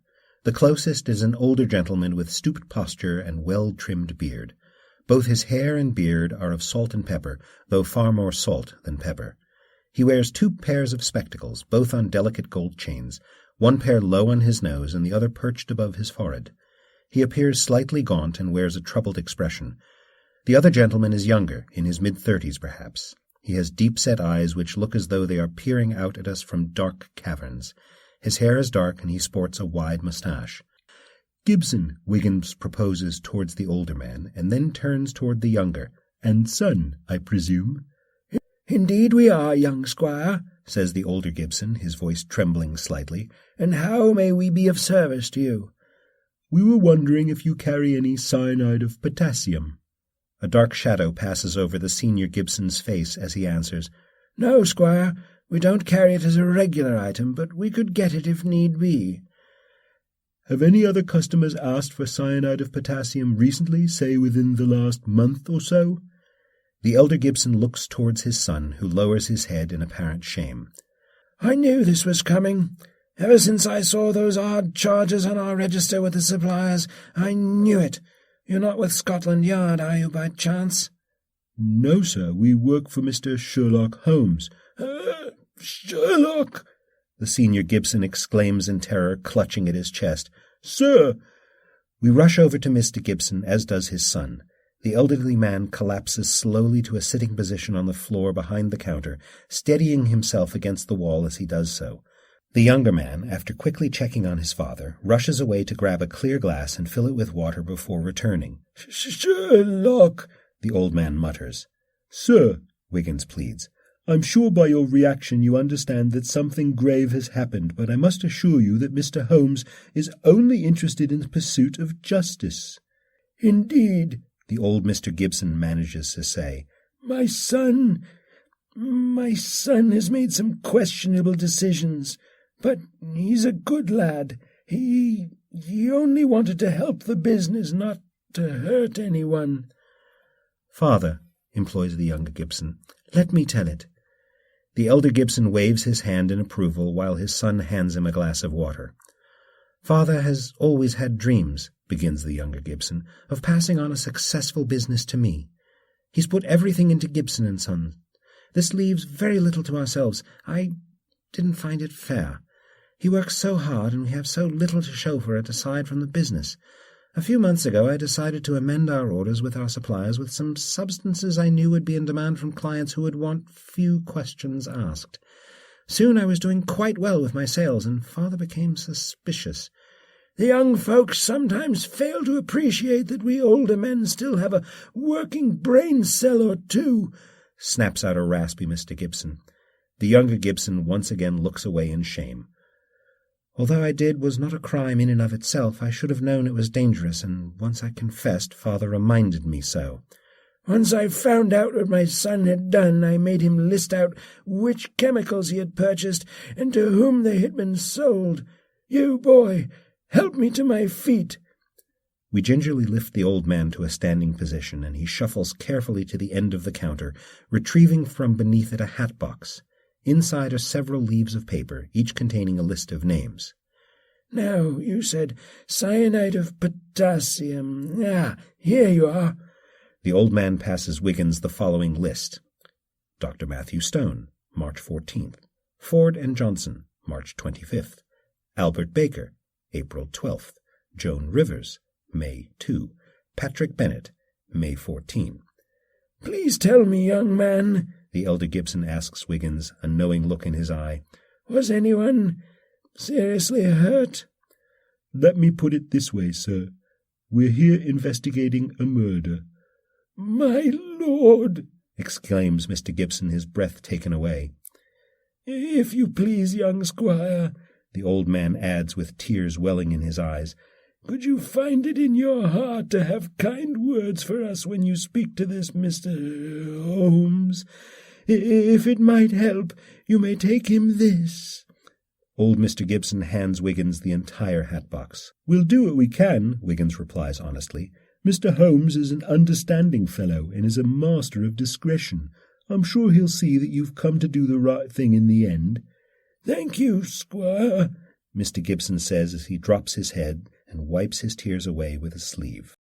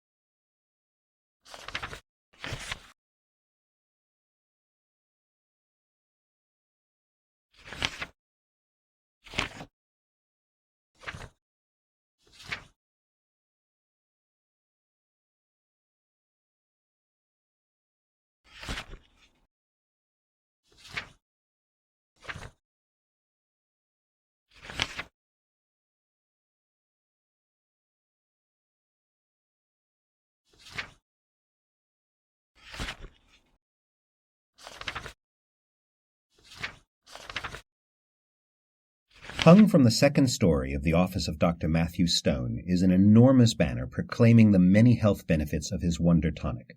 The banner claims that the aforementioned tonic can help with all manner of ailments, ranging from absent-mindedness to zinc deficiency. At the door we are greeted by Dr. Stone himself, a boisterous man sporting a dark mustache and a top hat. After the normal pleasantries, we find ourselves sitting in Dr. Stone's drawing-room upon his well-upholstered couches.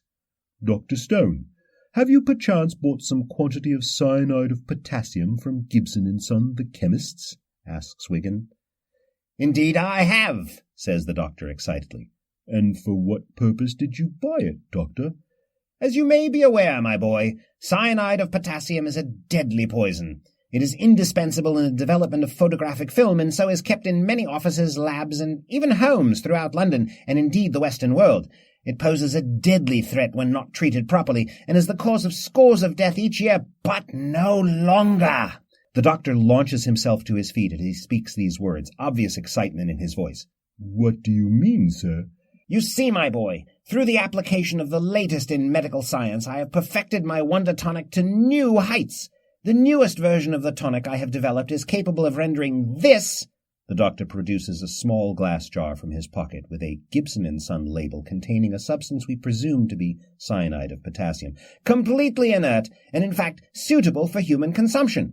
You see, I plan to unveil my new tonic in a special live performance at the Brooks Theatre tomorrow night, and to prove its effectiveness, I shall drink a bottle of my Wonder Tonic and then ingest the noxious and deadly contents of this vial, remaining completely unharmed.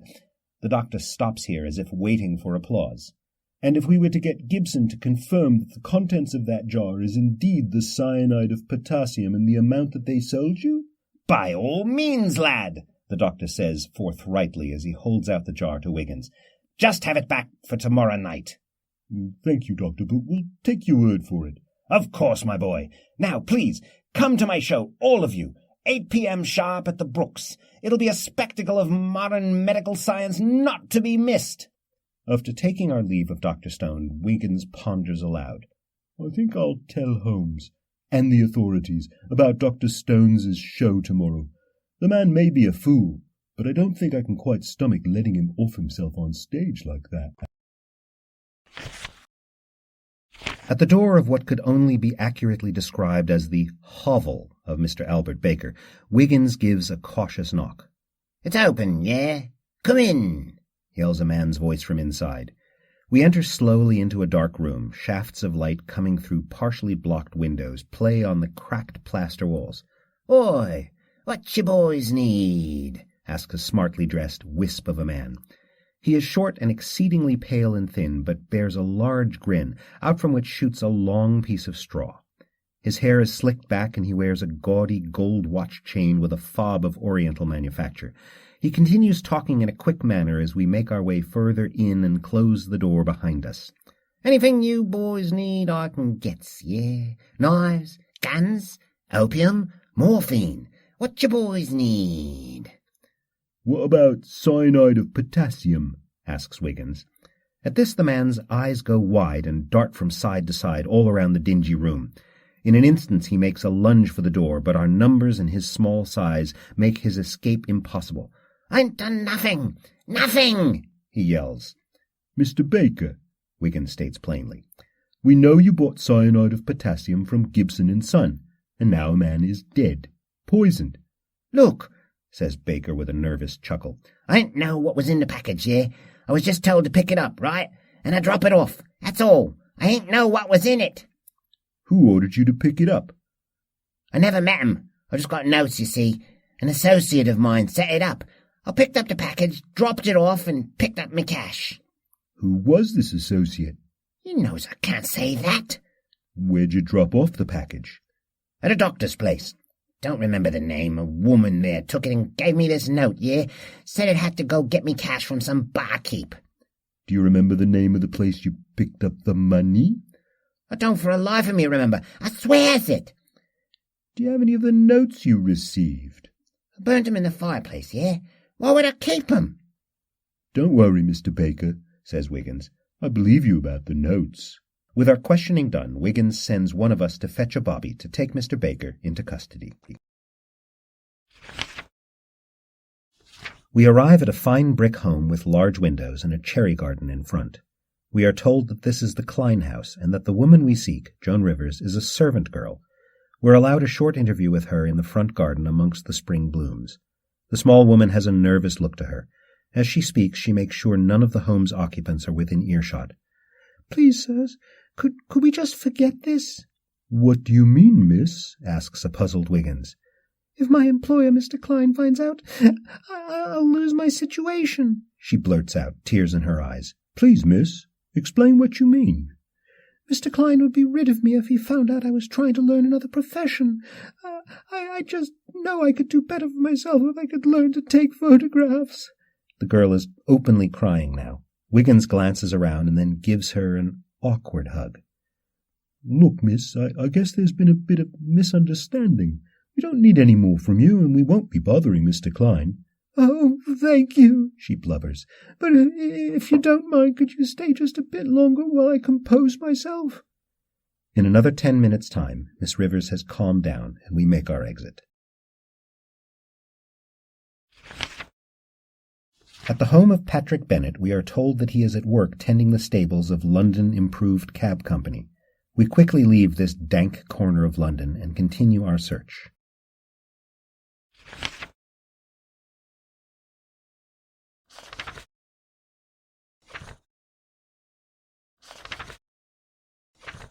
We cross the muddy threshold of the door to the old city pub.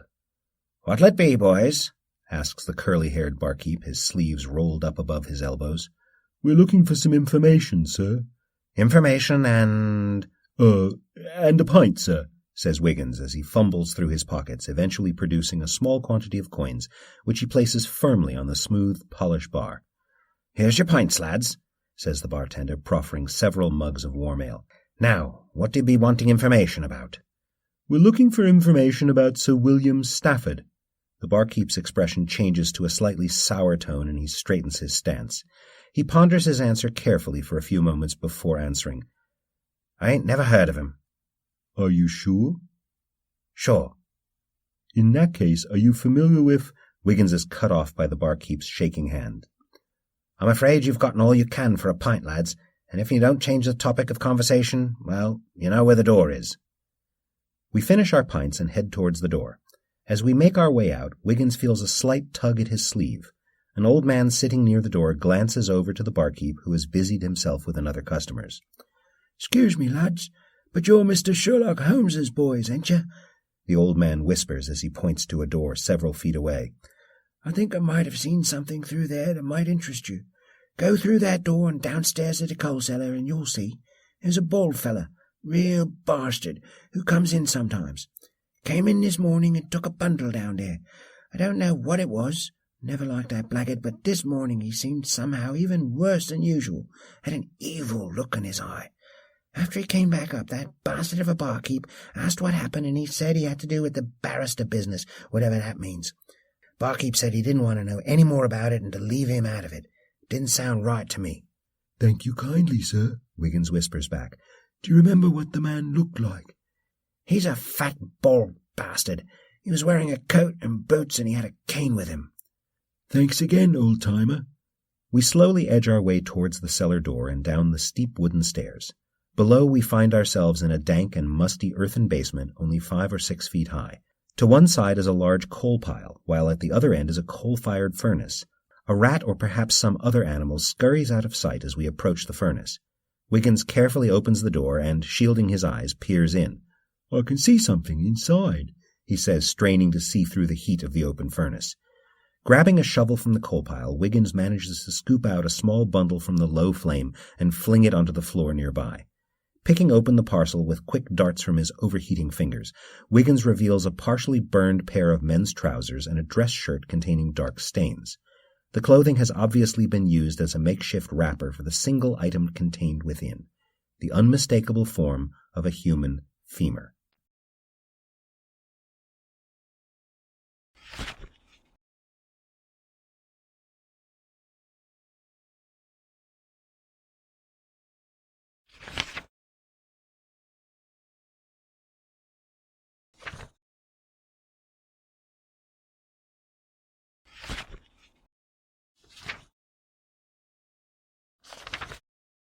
At the stables of the London Improved Cab Company, which we are assured are the finest in London, we are directed to the barn in which Mr. Patrick Bennett is working. "Mr. Bennett!" Wiggins shout as we approach the short, swarthy man in work trousers and simple shirt. He wears a bandana about his neck and a flat cap upon his head. As soon as his eyes catch ours, the man bolts towards the opposite end of the barn and straight to the open door there. "Hey! Stop!" yells Wiggins, but the man has no intention of doing so. Given his head start and his speed, it is obvious he will outrun us and soon be out into the London streets. This makes what happens next even more surprising. As soon as Patrick Bennett's front foot touches the threshold of the great barn door, his face runs smack into the flat of a metal mucking shovel, putting out a loud pang and sending him spinning end over end to land on the floorboards with a dull thud. An enormous, muscled man with an equally impressive handlebar mustache steps into view from just outside where he had been holding the shovel. "I stop!" shouts the great man with a smile as wide as his mustache. Once Patrick Bennett comes to, we are allowed to question him. At our sides stand the London Improved Cab Company stablemaster and the large, helpful gentleman who is apparently named Victor. "Mr. Bennett," begins Wiggins, "why did you run from us?" "'Cause I recognized you lot. You're Sherlock Holmes's boys," he sneers. "Then you know we're here to ask you about the cyanide of potassium you obtained from Gibson and Sons." "Look," says Bennett, ready to bargain for his life. "Donovan didn't die, did he? I didn't kill nobody. I just made him sick so he couldn't run. I'll give all the money back, I swear. I've already lost me job. Just don't call the coppers." "Donovan?" asks a puzzled Wiggins. "Who's Donovan?" "I can answer that," volunteers the stablemaster. "Donovan is one of the most promising 2-year-olds I've seen in years." Wiggins looks even more confused than before this answer. "He's a racehorse," the stablemaster continues, slightly disappointed with Wiggins. "Donovan had to bow out of an important race here in London just 2 days ago. He could barely stand." "Well, Mr. Bennett," says Wiggins with a wry smile, "we came here to ask you about one crime, and it seems we've solved another."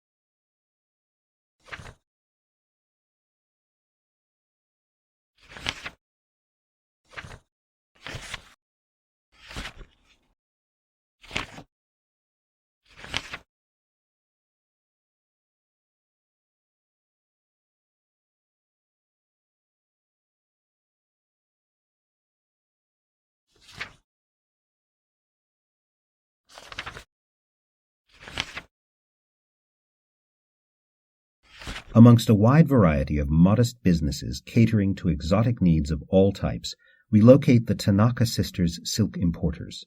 Once inside, we feel as though we stand inside a prism, such are the uncountable shades of the fabrics surrounding us. We soon locate Miss Akari Tanaka, elegantly arrayed in a kimono, no doubt made from her own wares, a simple but effective advertisement. "Gentlemen," she says in a soft voice, "may I interest you in some of the finest fabrics of the Orient? If you don't see anything you like in the shop, please be aware that we can order silk in any quantity, quality, and hue you could desire." "I apologize, miss," says Wiggins, staring dreamily about the shop, "but we were hoping you might help us with an investigation we are conducting on behalf of the detective, Mr. Sherlock Holmes. We understand you do business with a Mr. Marcus Stafford at the Court Line Shipping Company." "That is correct. A majority of our orders from Asia arrive aboard Court Line's ships." "Are you familiar with Marcus's brother, Sir William Stafford?" "I was unaware Mr. Stafford had a brother." "At Court Line, your sister was discussing a large order with Mr. Stafford, which sounds as though it went missing. May I ask what that was about?" "We have a peculiar client, Mr. Anthony Roberts.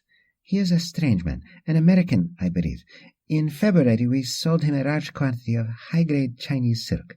In April he contacts again to place an even larger order. While Mr. Roberts is a strange man, his money is good, and he pays well and on time. Unfortunately, our restocking order seems to be missing, and my sister went to Court Line office to talk to Mr. Perkins about finding it. If she spoke instead with Mr. Stafford, as you say, I'm afraid she may have wasted her time. I do not like Mr. Perkins, but he knows his job and his warehouse well." "Do you know where we might locate Mr. Roberts, should we need to talk with him?"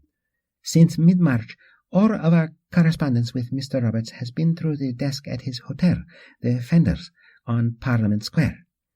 "Thank you, Miss Tanaka. This has been most informative."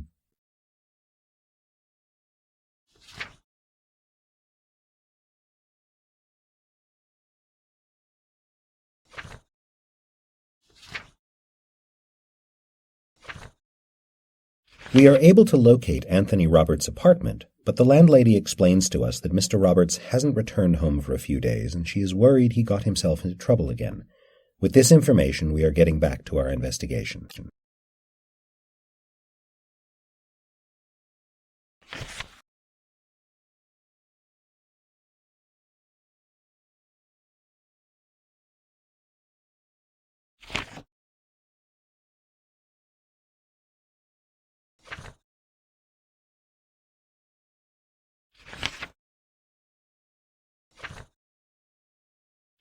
Arriving at Ward's boarding house, we decide to skip the front door and head straight for the back alley. Initially, we find little, as whatever meeting was to take place here is long since over, when suddenly Wiggins's sharp eye catches a clue. "Look at that," Wiggins ponders aloud, pointing to the ground. "Two sets of footprints in the mud. One is a large set of boots, and the other much daintier. It looked like they come from opposite sides of the alley and then leave together, heading toward the street." We follow Wiggins back to the street, where we notice a rotund middle-aged woman holding a basket of flowers. "Flower for you, sweetie?" she inquires of Wiggins. "No, thank you, ma'am. I ain't got a sweetie. But may I ask you a question? Were you here this morning?" "Yeah, I were," she replies skeptically, as if wondering where Wiggins might be going with his question. "Did you see a man and a woman this morning come from that alley?" "As a matter of fact, I did, now as you ask. The whole thing struck me a bit odd. She stepped out first and he followed. They seemed to be arguing over something, and he said, 'How am I supposed to do that? Can't we talk about it?' Things like that. And she said, 'You'll find a way or else.' And he said, 'Let's go back to yours and talk there.' And then the two of them got in a hansom and left." "Can you describe them at all? What were they wearing?" "Well, he were wearing boots and a long overcoat, and he had a cane. She were wearing a nice dress. Not the finest I've ever seen, but fine enough, and she had a large hat and a parasol." "Can you remember anything else about what they looked like? Their faces, perhaps?" "Well, they was both white, if that's what you mean." Did they say anything else, like where they might be going?" "Not that I... Hang on now." The woman scratches her chin and stares up to the sky as if trying to find her next words. He mentioned Gibson. He said Gibson were asking questions too about the synod. What do you think that means? Synod? Asks Wiggins, puzzled before parsing the lady's mispronunciation. Do you mean cyanide? Yeah, that's the one. Cyanide of potassium is what he said. Thank you, ma'am, exclaims Wiggins excitedly as he flips her a shilling. You've helped more than you know. We leave the confused woman behind as we race down the street after young Wiggins.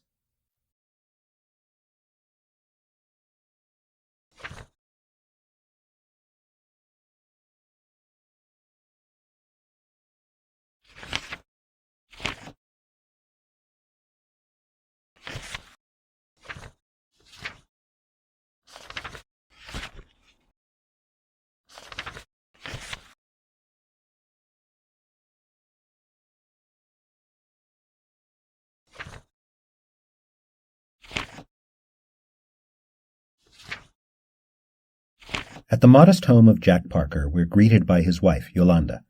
She informs us that her husband has been quite upset recently because of his having to work closely with Sir William on a number of items. When he gets upset, he likes to go to St. James Park to feed the swans. But please, gentlemen, leave my husband out of this business. It was he who was hurt by Sir William, not the other way around.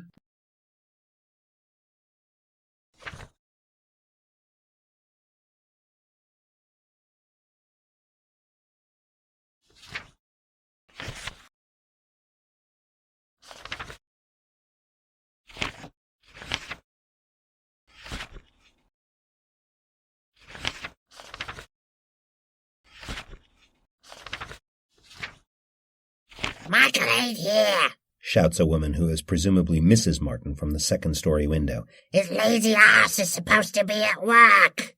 Realizing we won't find much here, we continue our search for clues elsewhere.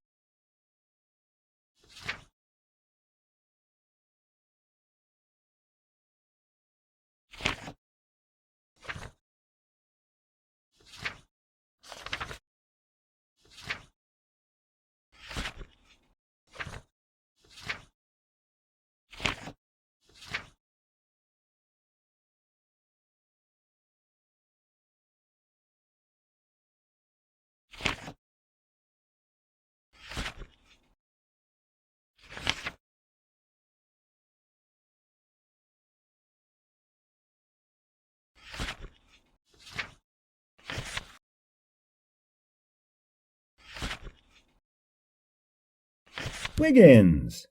shouts Sherlock Holmes moments before we enter the upstairs apartment at Baker Street. He stands in his study, back turned to the door, staring out a partially opened window. "Back so soon? Have you solved it already, then?" "Afraid not, Mr. Holmes," confesses Wiggins sheepishly. "We're at a bit of a dead end, in fact." Holmes lets out a low grumble. "A dead end, you say? Well, let us look at the facts, shall we?" Holmes snaps around, his coat twirling slightly as he lands effortlessly in the formal chair behind him. He sits with his elbows on the delicate arms of the chair, his hands in front of his face, the fingers of each hand touching the tips of their opposites. Our victim was poisoned, that much is obvious from Madame Stafford's story. However, a look at the physical evidence could confirm it. Poison is not the weapon of a crime of passion done at the spur of the moment. No, the crime was well calculated in advance. As to motive, then, we can estimate hatred or jealousy. Our murderer stood to gain something from the death of Sir William Stafford. You should begin with a thorough questioning of anyone likely to benefit from the Stafford estate passing to Marcus in lieu of his older brother. "Thank you, Mr. Holmes. I suppose that makes sense." "Indeed," replies Holmes with a smile. As we begin to make our way out, Holmes shouts after us, "Wiggins, I feel as though I may be coming down with something. If you wouldn't mind, I might do with some sort of patent medicine to help. Please look into which one I should try, would you?"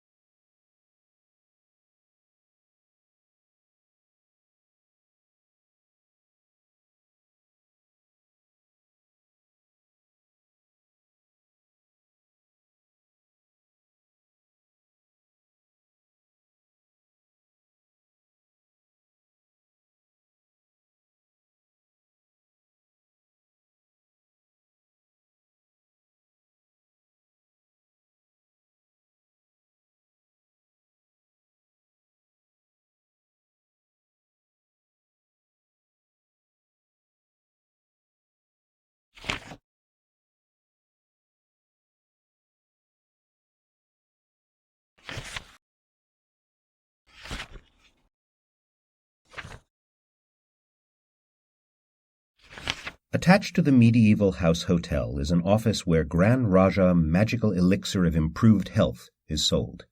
Here we're met by a bobby with no intention of letting us through. Quite a crowd has gathered outside to get a morbid peek at the crime scene within.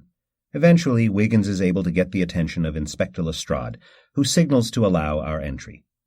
"Well, well, Holmes boys have decided to grace us with their presence," mocks a nonplussed-looking Lestrade. "Greetings, Inspector," retorts Wiggins overexcitedly in an obvious attempt to annoy Lestrade further. Lestrade, choosing not to take the bait, acquiesces to the coming questions. "Well, what do you lot want to know?" "What exactly went on here, Inspector? What happened to Dr. Grand Raja?" "There is no Grand Raja here, and never was. A violent struggle and brutal killing, that's what," replies Lestrade in a tone both pleased and surprised at having information we don't. "Who's the victim, then?" "That would be one Dr. Emily Kapoor." Lestrade points to the body of a woman just as a bobby covers it with a white sheet. She has dark hair and a fair complexion, and wears a modestly fashionable floral dress. "She was beaten to death quite violently with a blunt instrument. The fatal blow was to the back of the head and delivered with sufficient force to crack the skull near the base, hence the volume of blood all about." "Was it a robbery?" "Doesn't look like it. I can't seem to notice anything missing." "Do you have a murder weapon?" Lestrade lowers his voice to be sure no one from the gawking crowd will hear. "Only a matter of time, lads. Probably under all of this." Lestrade motions to the state of the room around him. There are indeed all manner of items strewn about the place. Many glasses and bottles of liquid appear to have been smashed in the struggle. Adjacent to the door, a brass coat-rack has been toppled and bent slightly near the center.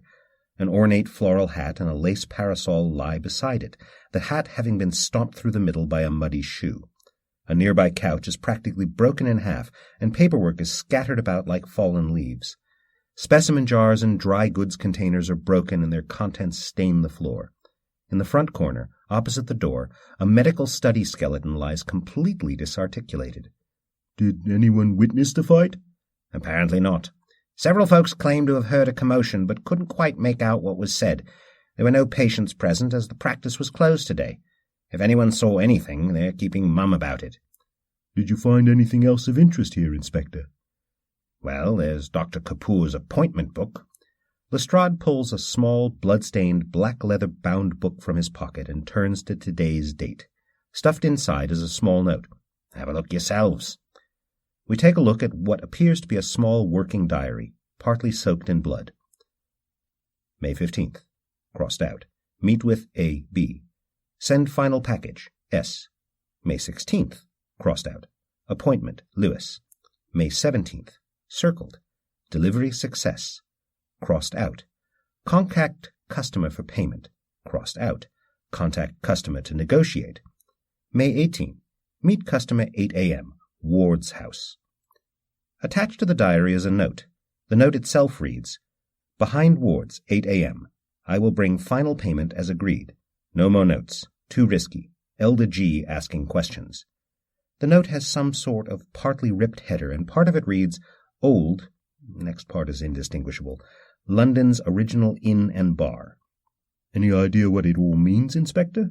"Search me. Just the notes of a busy doctor, most likely, though the loose note is puzzling. My guess is this whole thing was probably just an unfortunate incident with a deranged patient. I understand Miss Kapoor treated many persons of what you might call the less desirable classes." "Thanks for all your help, Inspector," says Wiggins as we back our way out of the crime scene. "Hey!"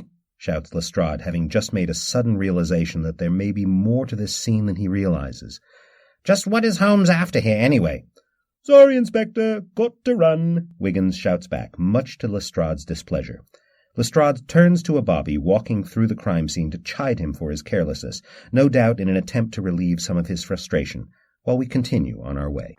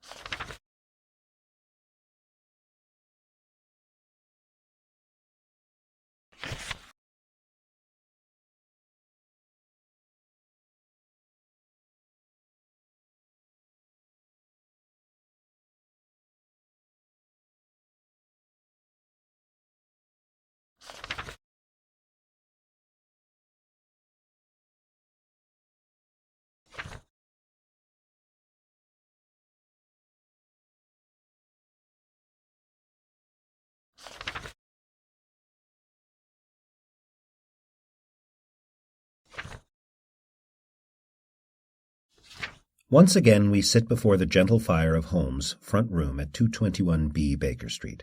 Sitting around the room we have Mr. Holmes himself, Dr. Watson, Madame Pamela Stafford, and an impatient Inspector Lestrade of Scotland Yard. Lestrade is eventually unable to contain himself in the silence. "Look, Holmes, you're a good detective and you've proven your worth to my office more than once, but I don't appreciate being dragged away from a homicide investigation to join you in your sitting room for tea. In case you forgot, I've got a dead woman's body to explain." "I've invited you and the lovely Madame Stafford here for far more than tea, Inspector, and before I finish my tale, you may find your homicide investigation solved as well." "You mean to tell me the killing of Dr. Kapoor is somehow related to the case you've been working?" Lestrade asks incredulously. "Quite so, Inspector. But let us not put the cart before the horse, shall we? Let us start at the beginning, and to start at the beginning is to start with the evidence. That evidence taken from the crime scene could be found in the capable hands of one Professor George Hall at the Crime Lab. The evidence collected gave us several vital clues. First, the weapon used to kill Sir William Stafford. It was a deadly yet common poison known for causing death if ingested in even small amounts by shutting down the victim's cardiovascular system and creating a foamy discharge from the lungs to be expelled through the mouth. Dr. Watson thinks a moment before making his suggestion. "Cyanide of potassium." "Excellent, Doctor," says a smiling Holmes as he points at his companion. That Sir William was poisoned was obvious, but how it was done was more up to question. This leads to the second and third clues. Second, the curious note from Mrs. Anna Stafford to Sir William, found by Scotland Yard among other belongings. Madame Pamela Stafford shifts uncomfortably in her chair, but remains silent as Holmes continues, which purported that he had been sent some of Dr. Kapoor's magical elixir, and third, the shards of glass from the bottles of patent medicine. While Dr. Kapoor's medicine, or any of the others, certainly could have been the delivery method of the poison, at this point we cannot yet be sure.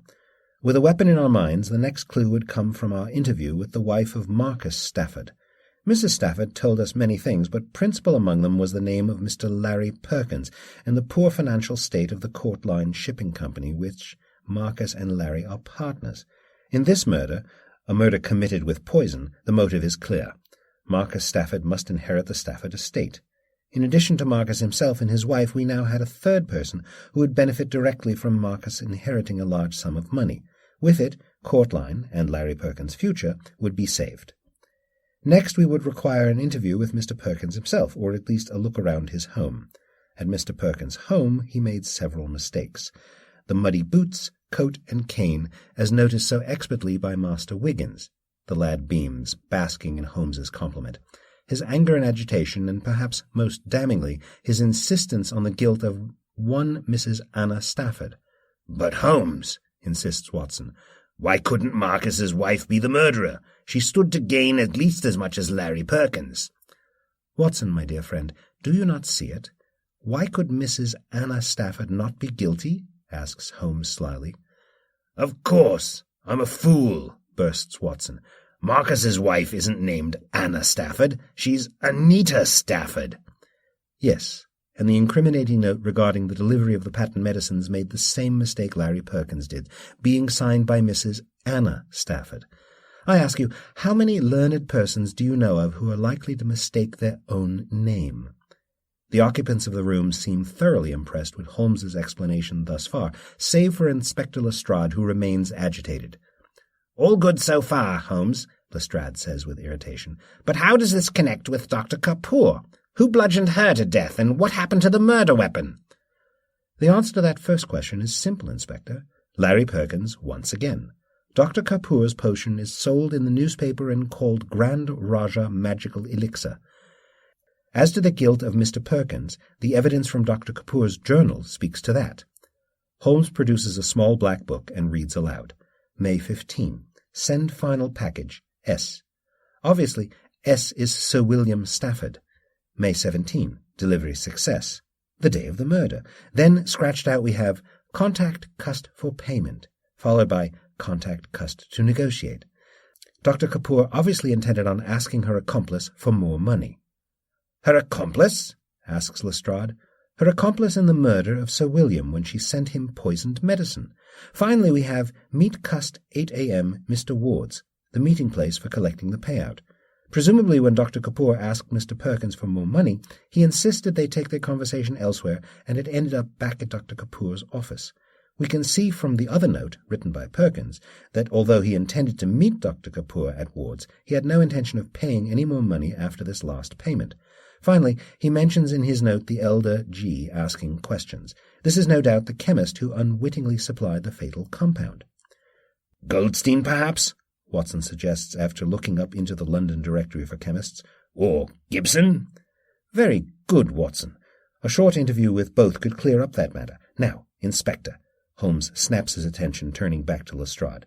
There's one more piece to this mystery, and you'll find it in the coal cellar of the Old City pub. The location is given us by the note written by Dr. Kapoor's killer. The boots and coat at Larry Perkins's door indicated that he had been in fact out this very morning, and a man fitting his description was seen stashing a bundle in the coal cellar of the Old City. The bundle contained nothing less than the bloody clothes of the murderer wrapped around a human femur. A what? Shouts Lestrade. A leg bone? That means another victim. Not so, Inspector. You see, the femur was simply the murder weapon Larry Perkins used to bludgeon his accomplice to death. He obtained it from the medical study skeleton in Dr. Kapoor's own office. Well done, Holmes. And Wiggins, says a joyous Watson. Madam, says Holmes softly to Madam Stafford, I am pleased to have closed your son's case to the best of my ability. Thank you, Mr. Holmes, replies the stately old woman as she leaves the flat at the arm of Mrs. Hudson. Our family is very grateful to you. I'll bet she's glad to be rid of this Stafford curse nonsense as well, adds Watson quietly to Holmes. Don't be so hasty, old friend. Were it not for fear of the curse, Sir William may have never had all those imagined illnesses, and so may never have had the need to drink the poisoned elixir. In the end, the curse did come true in its own way, did it not?